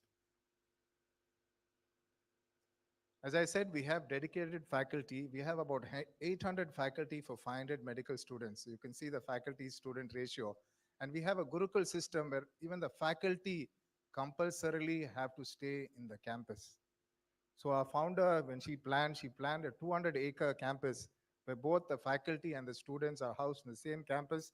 And we have a foster family system where each student is assigned a faculty family where they are foster parents. So though they come from different parts, the minute they come in, they assign foster families. So there is a relationship. So they see us in class, they see us outside the class. So there's a Gurukul system of education, and you can see the tuition fee. We've intentionally kept it low. No, maybe unbelievable for some of you, but it's correct. Yeah, so we've intentionally kept it low that they will go out with a spirit of service. And we have many of our graduates serving at least for 2 years in difficult, remote areas, many of them committing themselves to a lifetime of service. If you can see here, there's about 104 hospitals that I've mapped out, where many of our graduates are there with a lifetime of service. And we hope that all our graduates will commit themselves to a lifetime of service. Research is key. And if we want to improve our education, we want to improve our service, research is a key component. So we encourage all faculty to do research. There's a lot of seed funding. So they do some basic pilot experiments. With that, they can actually apply to larger government bodies for large funds. Several of our faculty have good funding. And we also have recurrent workshops. Nearly now every month we have manuscript writing workshops. How do you convert your research into a publication? We have workshops on research methodology, biostatistics. It just goes on and on every month, so people can sign in for these workshops. We have also our undergraduates doing research where our faculty will be mentors, and several of them have ICMR funded projects even as undergraduate students. So we have several research projects going on. I just want to highlight a few. One is this gene therapy for hemophilia, where it's a collaborative research project. And collaboration really works well. It's collaboration with Emory University in the US, where we are seeing very good results. It's a clinical trial. We're seeing very good results. This will be a game changer for India, because currently factor 8 is extremely expensive and the common man cannot afford it. But if this comes in, this is going to be a game changer. So we're working on relevant topics. We also have a very good collaborative project with IIT Madras. Recently, we've just patented that. It's a arm and hand robo. It's for patients with arm disability, maybe because of stroke or they have some weakness. This very cost-effective robo between IIT Madras and CMC Vellore, we just patented it. It's going to be a very cost-effective device. So there's lots of collaborative research that's going on. Recently, the Indian Council of Medical Research has identified CMC as a center of excellence in research in several topics. You can just see here, excellence of TB research, excellence in translational research, center of excellence for soil transmitted helminths and other parasitic neglected tropical diseases. The Department of Hematology has been recognized as Center for Advanced Research in Leukemia, and Microbiology has been recognized as Center for Advanced Research in Rickettsial diseases. So we thank God for all these recognitions. In terms of service, the motto of our institution is not to be served, but to serve. And we keep emphasizing this to our students.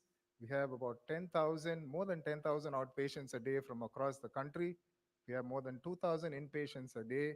And we emphasize on service with excellence, compassion, and integrity. So we have all levels of service, right from primary care to secondary, tertiary, quaternary care. We also have outreach services to our surrounding villages, and we ensure that the poor are not neglected. So every doctor can give concessional treatment. He can assess the socioeconomic status of the patient, and he can even write free. So I think that's the reason many people stay on in CMC, because these are all the things. They have a lot of job satisfaction in what they do. In terms of outreach, we extend our services to our surrounding villages. If you see, all the health indicators in terms of maternal and child health are very good. There's 100% vaccine coverage. There's screening and treatment of non-communicable diseases. We've got care for the elderly, home-based palliative care.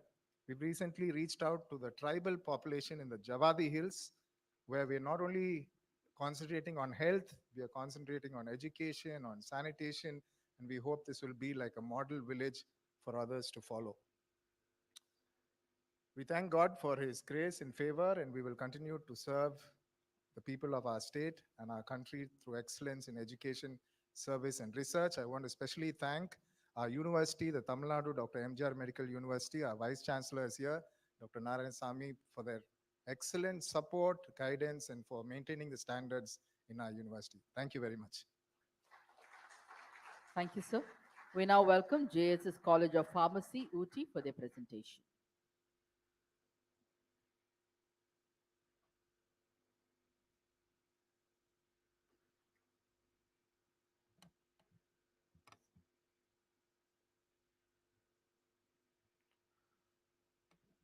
His Excellency, the Governor of Tamil Nadu, the dignitaries on and off the dais, very good afternoon, one and all. My humble pranams to His Holiness Jagadguru Sri Shivratri Deshitendra Mahaswamiji of Sri Suturmat, Mysuru, who is the Chancellor of JSS Academy of Higher Education and Research, with which our institution, JSS College of Pharmacy, Ooty, is affiliated with. Our university, JSS Academy of Higher Education and Research, was established in 2008. So till last year, we were under the category of Young University. We are just 15 years old. And we are very proud to present here, this year, 2024, the THE ranking under SDG 3, Good Health and Well-being. JSS Academy of Higher Education Research has been ranked first in the world. And of course, we do have other SDGs we have performed reasonably well.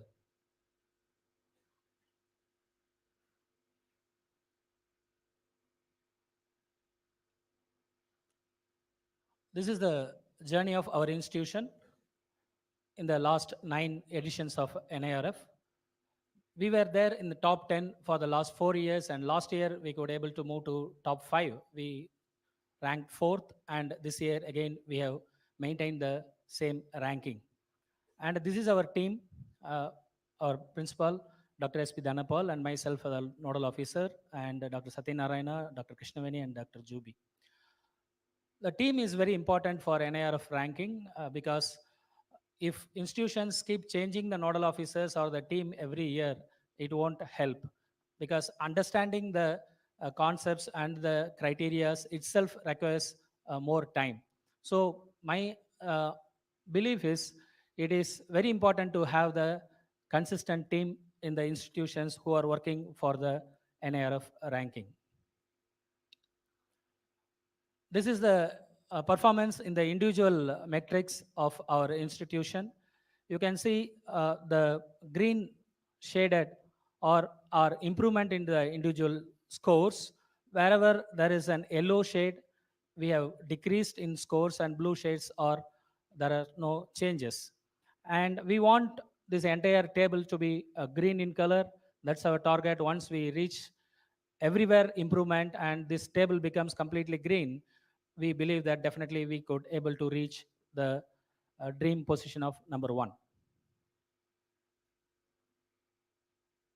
In this year, 2024, we are proud to say that our scores in 4 metrics like TLR, RPC, GO, and OA, we have increased our scores from last year, except perception. Perception score for 2024 has decreased. But if you look at the ranking of individual criteria, 4 out of 5 criteria, we were in the top 5 across all the pharmacy institutions. Despite this fact, I said 2 things. Our scores have individually increased in the metrics, and in the individual metrics, we were top 5 in 4 criteria. Despite this, we could not improve our ranking. We could able to just maintain the same ranking. The simple reason is it's not only to improve our scores, we should also look at the competitors' scores, how they are performing. We strongly believe that our rankings are decided by our competitors. We also work, there is no doubt on that, but it is all about our competitors, how they work. So we believe we should closely monitor our competitors and their performances, and accordingly we should act upon. Coming to TLR, thanks to our management that our financial investment on teaching learning has been consistently increased. Again, we all know that when we are talking about financial investment, it is not on infrastructure. So under TLR, under finance, if you want to increase, there are only a couple of opportunities. One is the seminars and conferences, expenditures on seminars and conferences, and library expenditures. And very importantly, where we can play is, or where we can concentrate more on, is purchase of equipments through research grants. Though research grants lead to purchase of equipments, it is not directly contributing there, but it is also contributing in the TLR.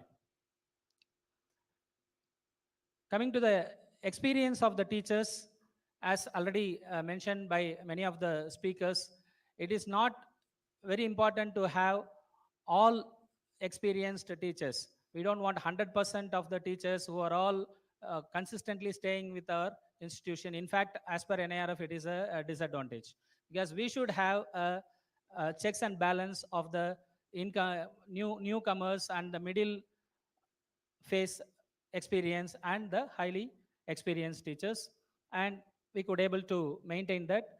Coming to PhD qualifications, as every institution has a strategy, we also have made a policy that our recruitment is going to be only with PhD qualified, and the teachers who are with only MPharm qualification or any other PG qualification are doing their PhD. So in years to come, we will achieve the target of 100% teachers with the PhD qualifications. And our faculty student ratio is less than 1:15 and 100% admissions across all the programs.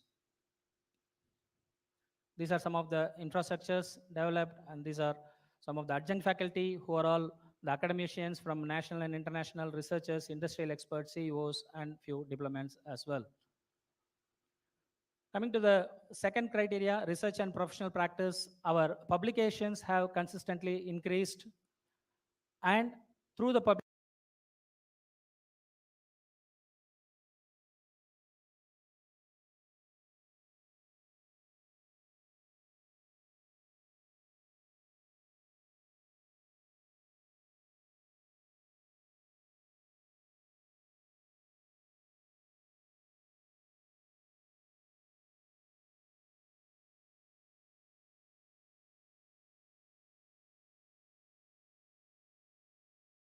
publication, the citations have increased. For increasing the citation and consultancy outlay, when we have the repute of top ranked institution under NIRF, obviously the industries are approaching us and a good consultancy outlay can be made. Few of our strategies for research and professional practice to improve the scores in this domain: target driven publication with financial support. This is very important because we tried all the ways of encouraging the faculty members and other thing, but until otherwise there was a target given to individual teachers. People may agree or disagree, but that has worked well for in our case. So every teacher has been given the target that they have to do this publication, and only in Scopus. So this has helped us to improve the marks, improve our marks in the publication. And collaborative research and publications I already mentioned, and industry institutional repository. This is also another strategy which helps us to increase our citations. Engagement of IPR consultants to increase our patents, and consultancy resources sharing with PIs, so that the teachers are much more encouraged to bring more and more consultancy works. These are some of the infrastructures which were created through funded projects. And TIFAC core in herbal drugs is one of our biggest strength. This is the program sponsored by the DST. We have been identified as the center as a TIFAC core in herbal drugs. With our industrial partner Tablets India, these two products were already in the market. And we also have a drug testing laboratory for our to take care of our consultancy projects. And we are very happy to say that the Tamil Nadu Medical Services Corporation has empaneled our institution, and we get samples from the Tamil Nadu government for doing the drug testing of their samples. These are some of the products which were technology transferred to various industries. As I said, we have TIFAC core in herbal drugs. So many of the herbal products which were developed by the TIFAC core has been technology transferred to industries. Coming to graduate outcomes, about 70% of the UG students join for higher studies, and we also encourage them and train them for the GPAT examination. It is equivalent to the GATE examination in engineering, which is a national level examination. And the placement of PG UG students at top ranked pharma industries with maximum salary. The annual exam results are attained between 95 to 100%. On-time graduation and on-time graduation of PhD scholars. You can also see that our PhD numbers have consistently increased over the period of time. And outreach and inclusivity, the female students are more than 50%, and the faculty female strength is around more than 30%. And we have all the facilities for differently abled, and these are all the criteria, as we all know. So we meet all those things, so we could able to get the maximum marks. And we are proud that under outreach and inclusivity in pharmacy category, we scored the first rank. And we have students from 18 different states, and about 5% of the students from international. And coming to perception, which is very important, we do industry institutional interaction cell, invited lectures, active engagement of the employers, networking with the various alumni support systems, and the publications, awards, other ranking, rating, accreditations, they speak for itself. And then knowledge sharing have a constant touch and keep updating with your academic and industrial collaborators, which is very important to have a perception. See, publishing all our data in the social media may help to have a perception among the public. But as when it comes to NIRF, the perception of our institution among the professionals carries a very important aspect because they are the one who are voting for us. So it is always better to engage our stakeholders, especially the employers and our peers with our activities and updating them. And we are also proud that for 2 consecutive years, 2 of our faculty members, Dr. Satyanarayana, who is here, and Dr. Gautam Rajan, have been uh, ranked as a top 2% scientist by Stanford University, USA. These are some of our academic and industrial collaborators. I would like to conclude by saying that in philosophy, there is a phrase that if you want to, our destination is achieving the God. The way to achieve the God, to reach the God, is the God Himself. Similarly, I would like to compare this analogy with NIRF. Getting rank in NIRF is our destination. For getting good rank in NIRF, the way is NIRF itself, because it is a virtuous cycle. If we are ranked at the top, everything follows. It brings you the good students, good publications, good faculty members, good grants. So it is a virtuous cycle. So the best way to get ranking in NIRF is getting rank in NIRF. With this note, I thank the His Excellency for having arranged this wonderful meeting. And we learn, this is a wonderful opportunity every year because we learn from the experts of all other institutions. Thank you. Thank you, sir. We now welcome PSGR Krishnammal College for Women, Coimbatore. This is the last presentation of the day.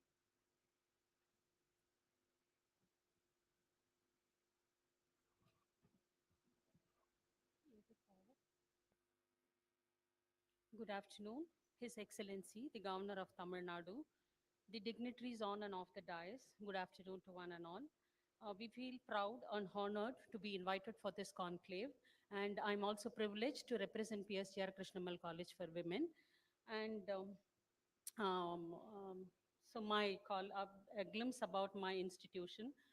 So the institution ranks 7th in NARF 2024, and our NAC score is 3.71, A++ in the 4th cycle, and received College of Excellence by UGC.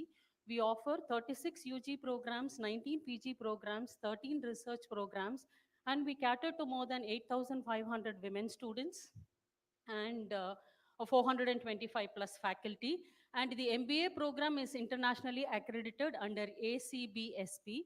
And we also have UGC sponsored BWOC and Community College. And we received the Best Institute Award for Women's Skill Development. And we have RWTP Center, which is sponsored by DST.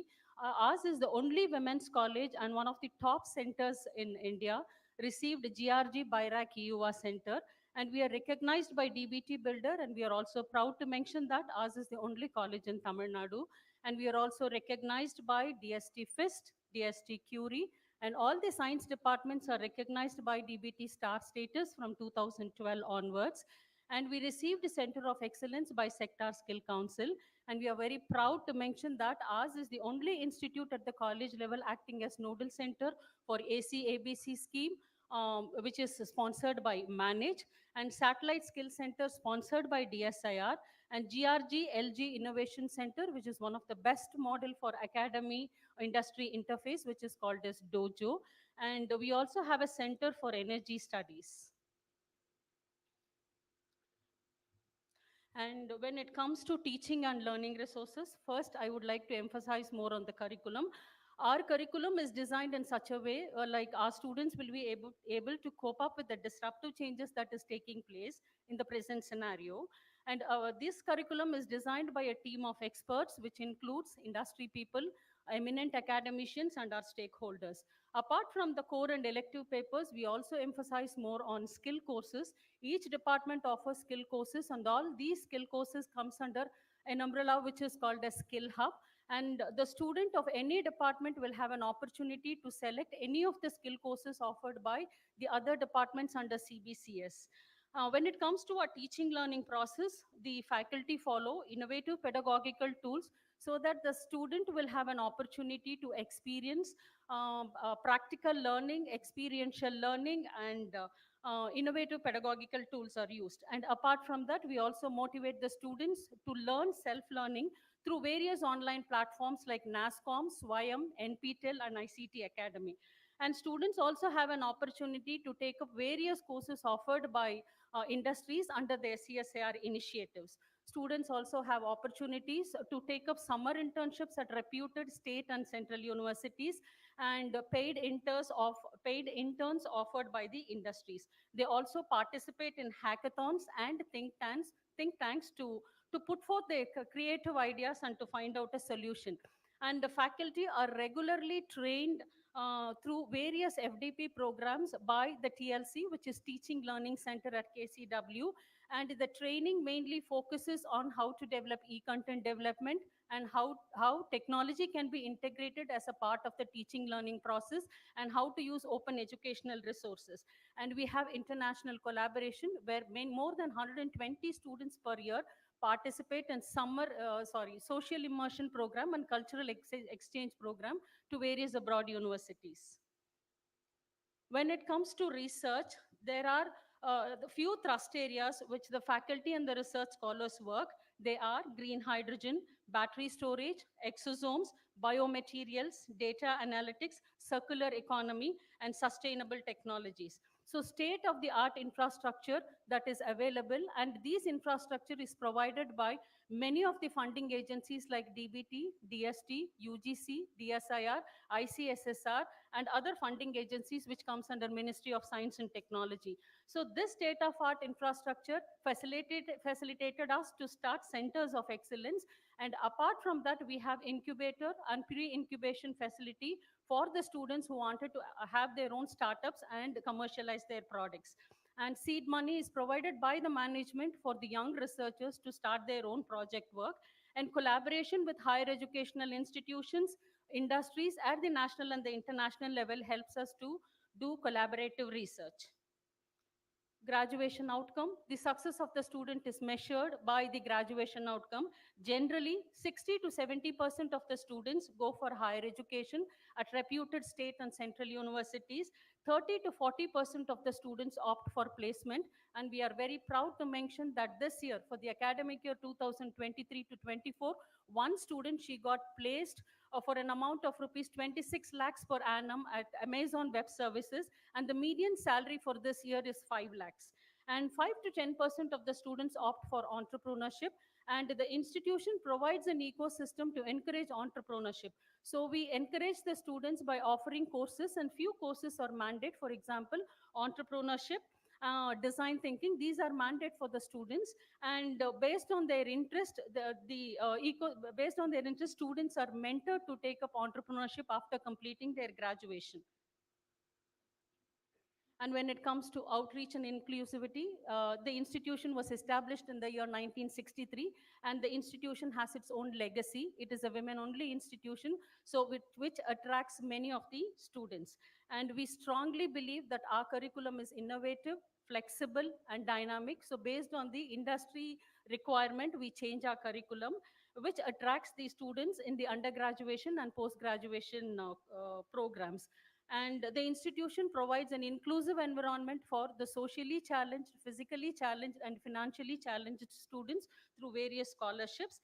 And apart from that, the Center of Excellence in Life Sciences, Center of Excellence for Commerce Professionals, Advanced Materials, Women Leadership, Apparel, Made-ups and Home Furnishing, Energy Studies, and Dojo Center, which attracts the PG students and the PhD students to perform their research work. So this is a major plus point of our institution. The next one is perception. like we would like to thank our students because they are the real testimonials, especially the outgoing students and alumni who are the testimonials, and the kind of information that they spread to the community attracts the students. And the next one is our collaborators, especially the higher education institutions. We wanted to mention this. We have a consortium with many higher education institutions located in Tamil Nadu, Kerala, and Karnataka. So through this, we organize various kinds of activity, and we also facilitate student and faculty mobility. So this also improves our perception. And the next very important vertical, we reach the community through various social immersion program. And we have a center which is called as Rural Women Technology Park, which is located around 30 kilometers from our institution in the rural area. So that is one of the best model for public-private partnership, because the land was provided by the village people for the service that the institution has provided. So more than 10,000 rural women like SHGs and NGOs were benefited through various technology transfer in post-harvested technology. So I would like to thank our students, alumni, collaborators, management, faculty, staff, and NRF coordinators who constantly help us to maintain the ranking. And we are also very proud to mention that we are able to maintain in the first 10 ranks for the past 5 years. So thank you. Thank you, ma'am. We thank all the institution for their presentation. Ladies and gentlemen, we now move on to the interaction session. So those who would like to ask question, we request you to raise your hand. We also request you to kindly introduce yourself and mention the name of the individual and the institution who made the presentation today, to whom you would like to direct your question. Thank you. Kindly raise your hand if you have any question to ask.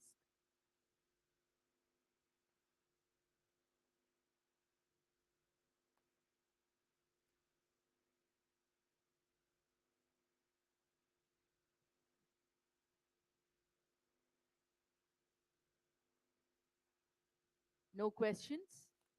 Yes. So kindly introduce yourself and the name of the individual and the institution to whom you would like to direct your question to. Honorable Governor Sir, I'm Professor Tyagarajan, Pro Vice Chancellor, VIT Chennai campus. I have not a question. I wanted that slide. The Vice Chancellor did not show because of lack of time. I would like to know from Vice Chancellor, Tamil Nadu Agriculture University. She was telling that in perception she scored high, but she stopped with the third criteria. I would like her to highlight on that.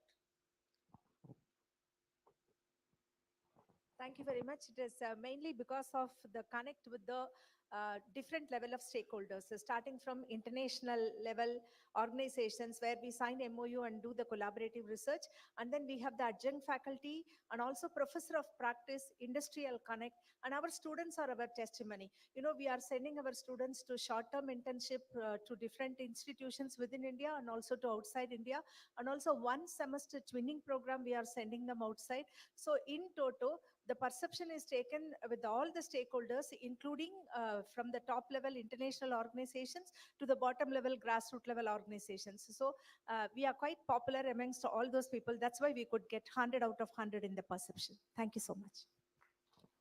Thank you, ma'am. Any more questions? Anyone?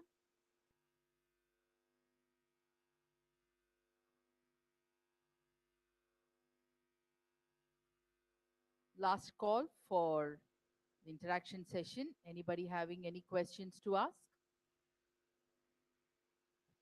Thank you.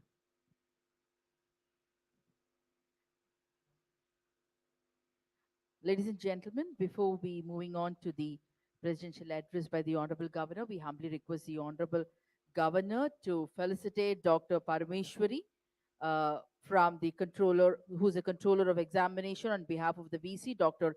MGR Education and Research Institute, Chennai, who has been ranked number 20 under the category of dental. They were unable to reach us on time because of the traffic congestion.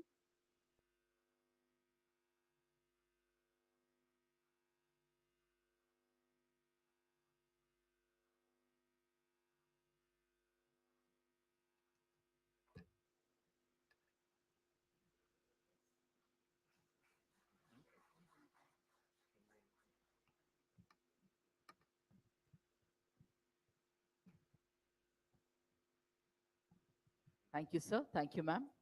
We now humbly request the Honorable Governor to address the gathering.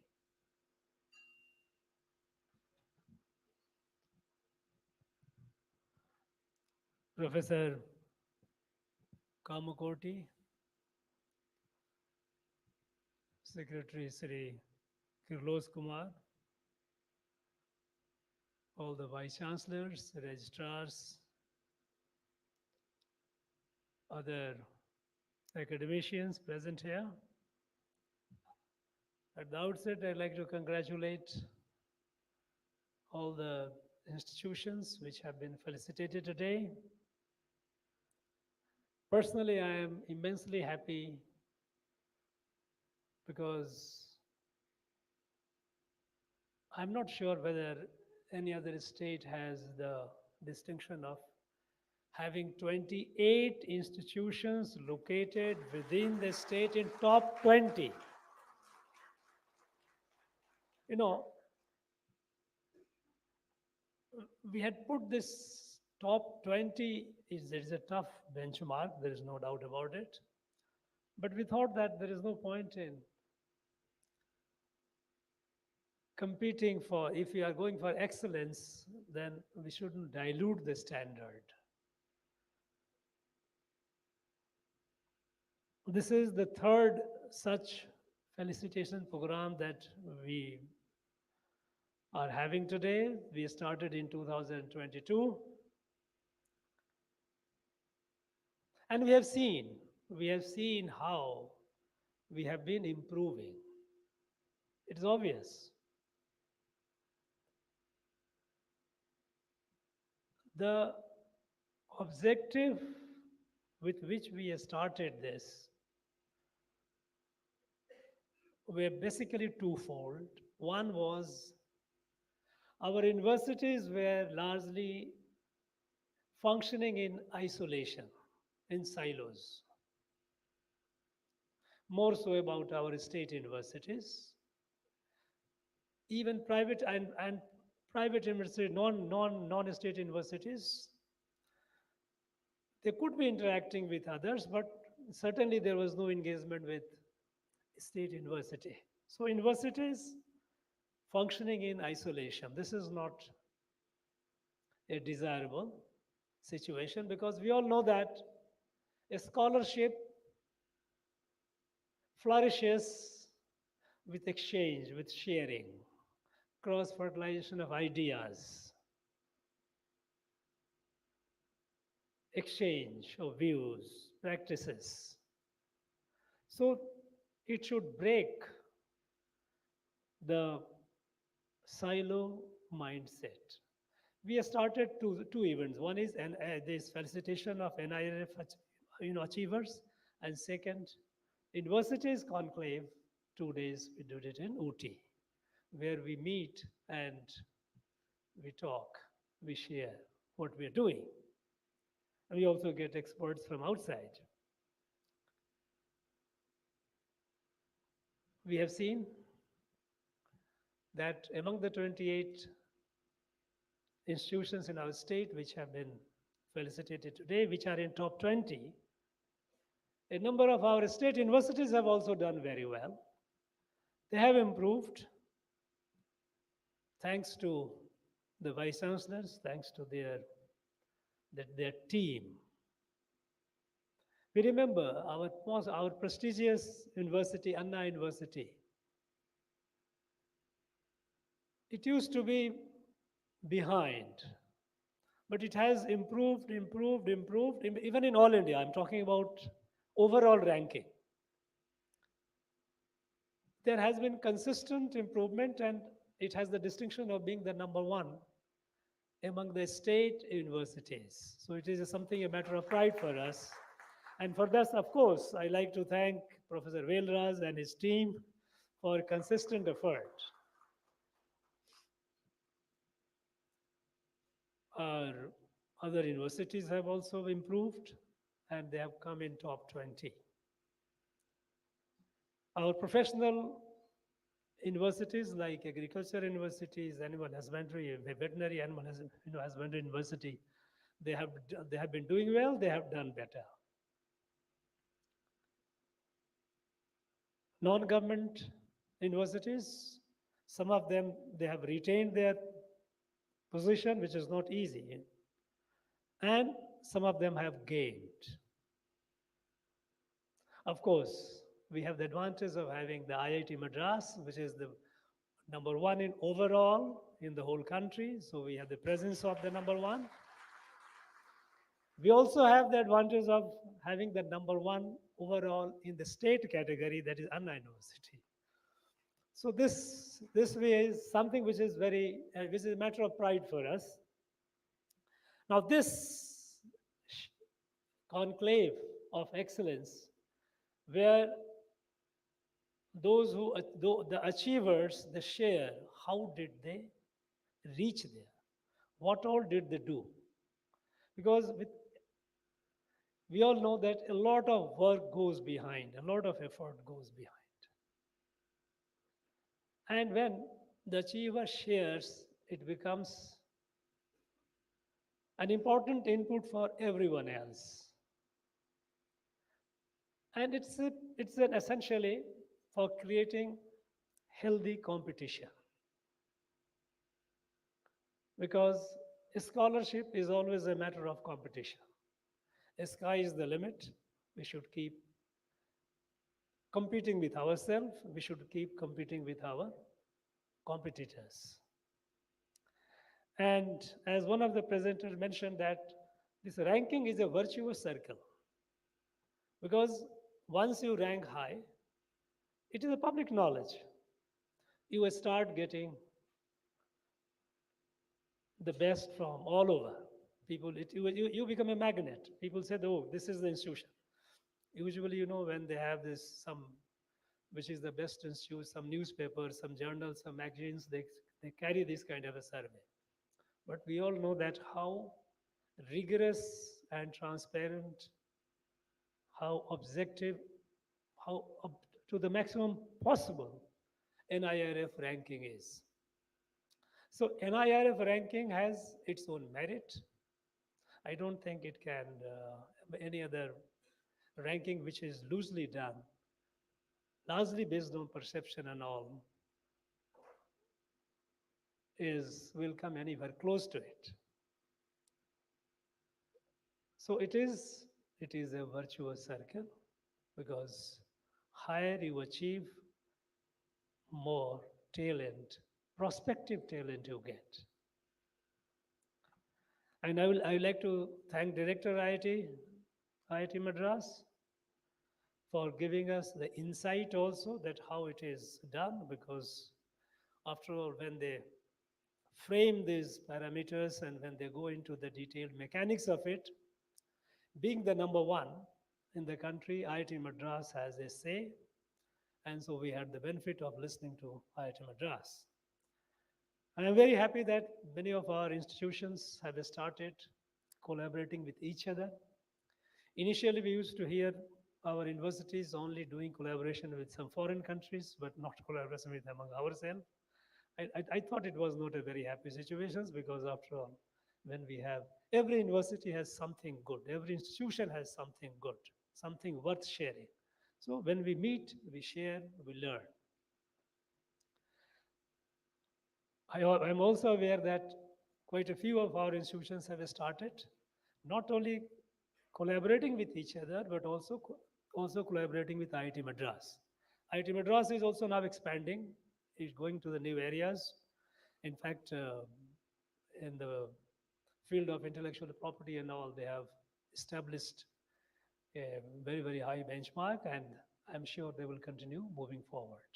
Because after all, you can always improve, even if you are number one, you can always improve in terms of number of patents, number of, that is intellectual property that you create, number of startups that, and these incubators that come up here, which eventually lead to fructified and good, that is scaling up in business. Now, I'd like just one, since it is a day of celebration, we are all happy because our state has done so well.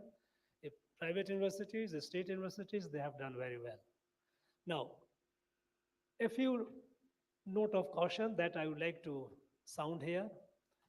Now we know that one criteria is faculty, PhD faculty. Now PhD faculty is intended, this parameter is there with on a presumption that we will produce quality PhDs. That is important. And here I would like to urge our institutions to take care that PhD quality must be excellent. And in general universities, not about as far as professional universities are concerned, there are standards which you cannot just afford to compromise. You have to keep up. But our non-professional universities, which are general universities where you teach many subjects, there I would urge that you ensure that the quality of PhD improves. Because presumption should not be falsified that a PhD holder is not worth it, then that's not a good situation. We had a meeting of our state vice chancellors, and one suggestions which I have given to them, that those of our PhD aspirants when they are doing the masters, they should be exposed to NET JRF competitions. Because, in fact, on that count also there has been improvement. We have seen is consistent improvement, 2022, 2023, 2024, of course, we didn't have it as yet. But we have seen the improvement in our number of NET JRF. Even among non-professional colleges, there is an improvement. But I think we need to take it more, because the number of PhD that we produce is pretty large. But we must ensure that the quality is not compromised. There, for organizing a kind of a course or a coaching or guidance for such students, whether they are in first year of master or the second year of master, preferably the first year master itself, they should be exposed, because many students would be making up their mind, okay, they would do PhD. Some of them would do it at the last minute, that's okay. But majority of them would be forming up their mind that, okay, I'll go for PhD.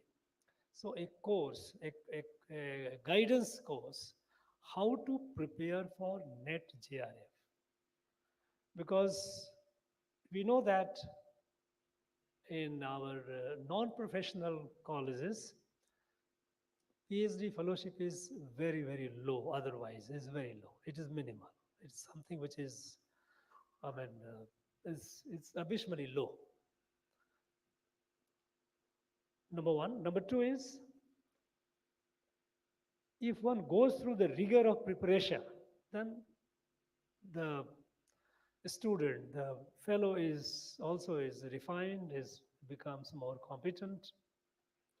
So we should learn, we should conduct these courses and invite resource persons. We have resource persons everywhere within the state universities and as well as in the private universities. And I would suggest this to even to the private non-government universities, because non-government deemed to be institutions also.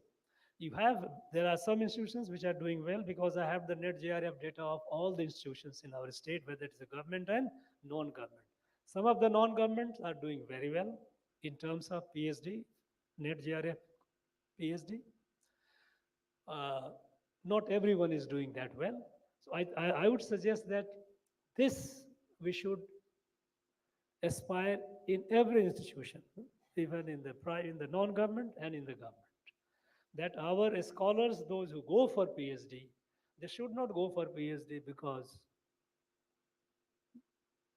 just they have to go for it, just for the sake of it, or not getting proper placement or a job, or they feel that, okay, let me perhaps a few years more in in academia before I go for it.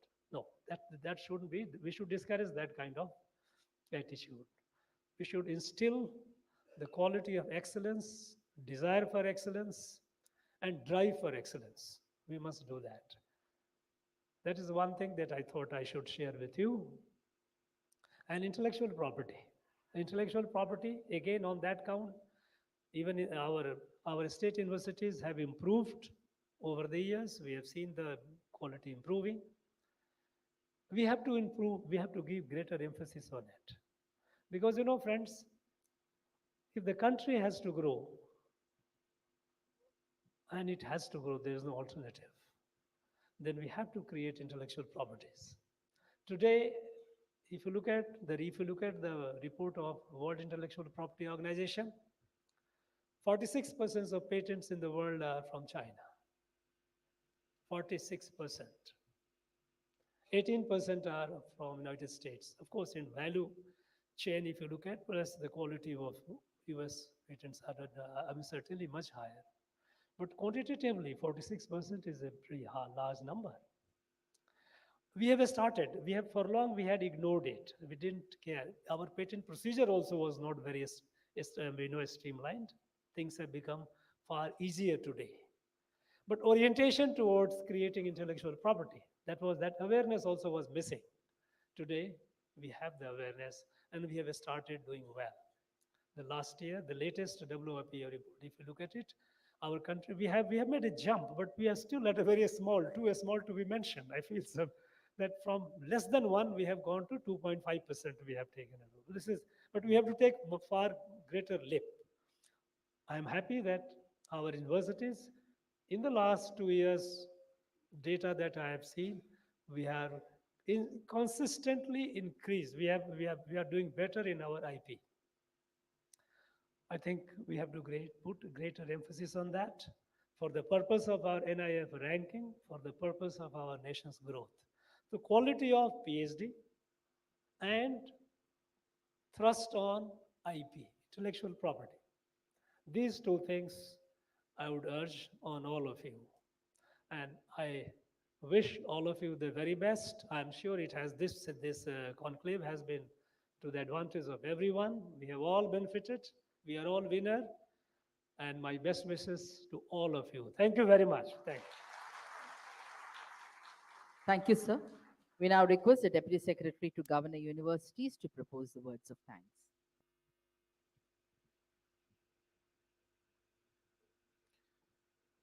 I am honored to express my sincere gratitude to our Honorable Governor, the Chancellor of State Universities, for presiding over this conclave that felicitated the top-ranking institutions of Tamil Nadu in NIR of India Rankings 2024. I extend my gratitude to Secretary to Governor for the guidance, motivation, and support in organizing this conclave a successful one. I extend my thanks to Professor Dr. Kamakoti, Director IIT Madras, for his enlightening presentation and valuable insights. I thank the directors, the vice chancellors, the registrars of top-ranking institutions for their insightful presentation. I thank the heads of institutions, state universities for their active participation.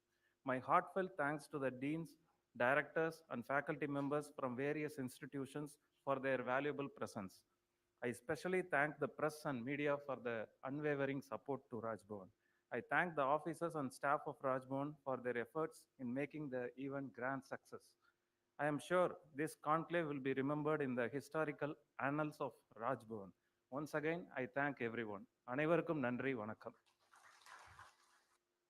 Ladies and gentlemen, we kindly request all of you to rise up for the national anthem.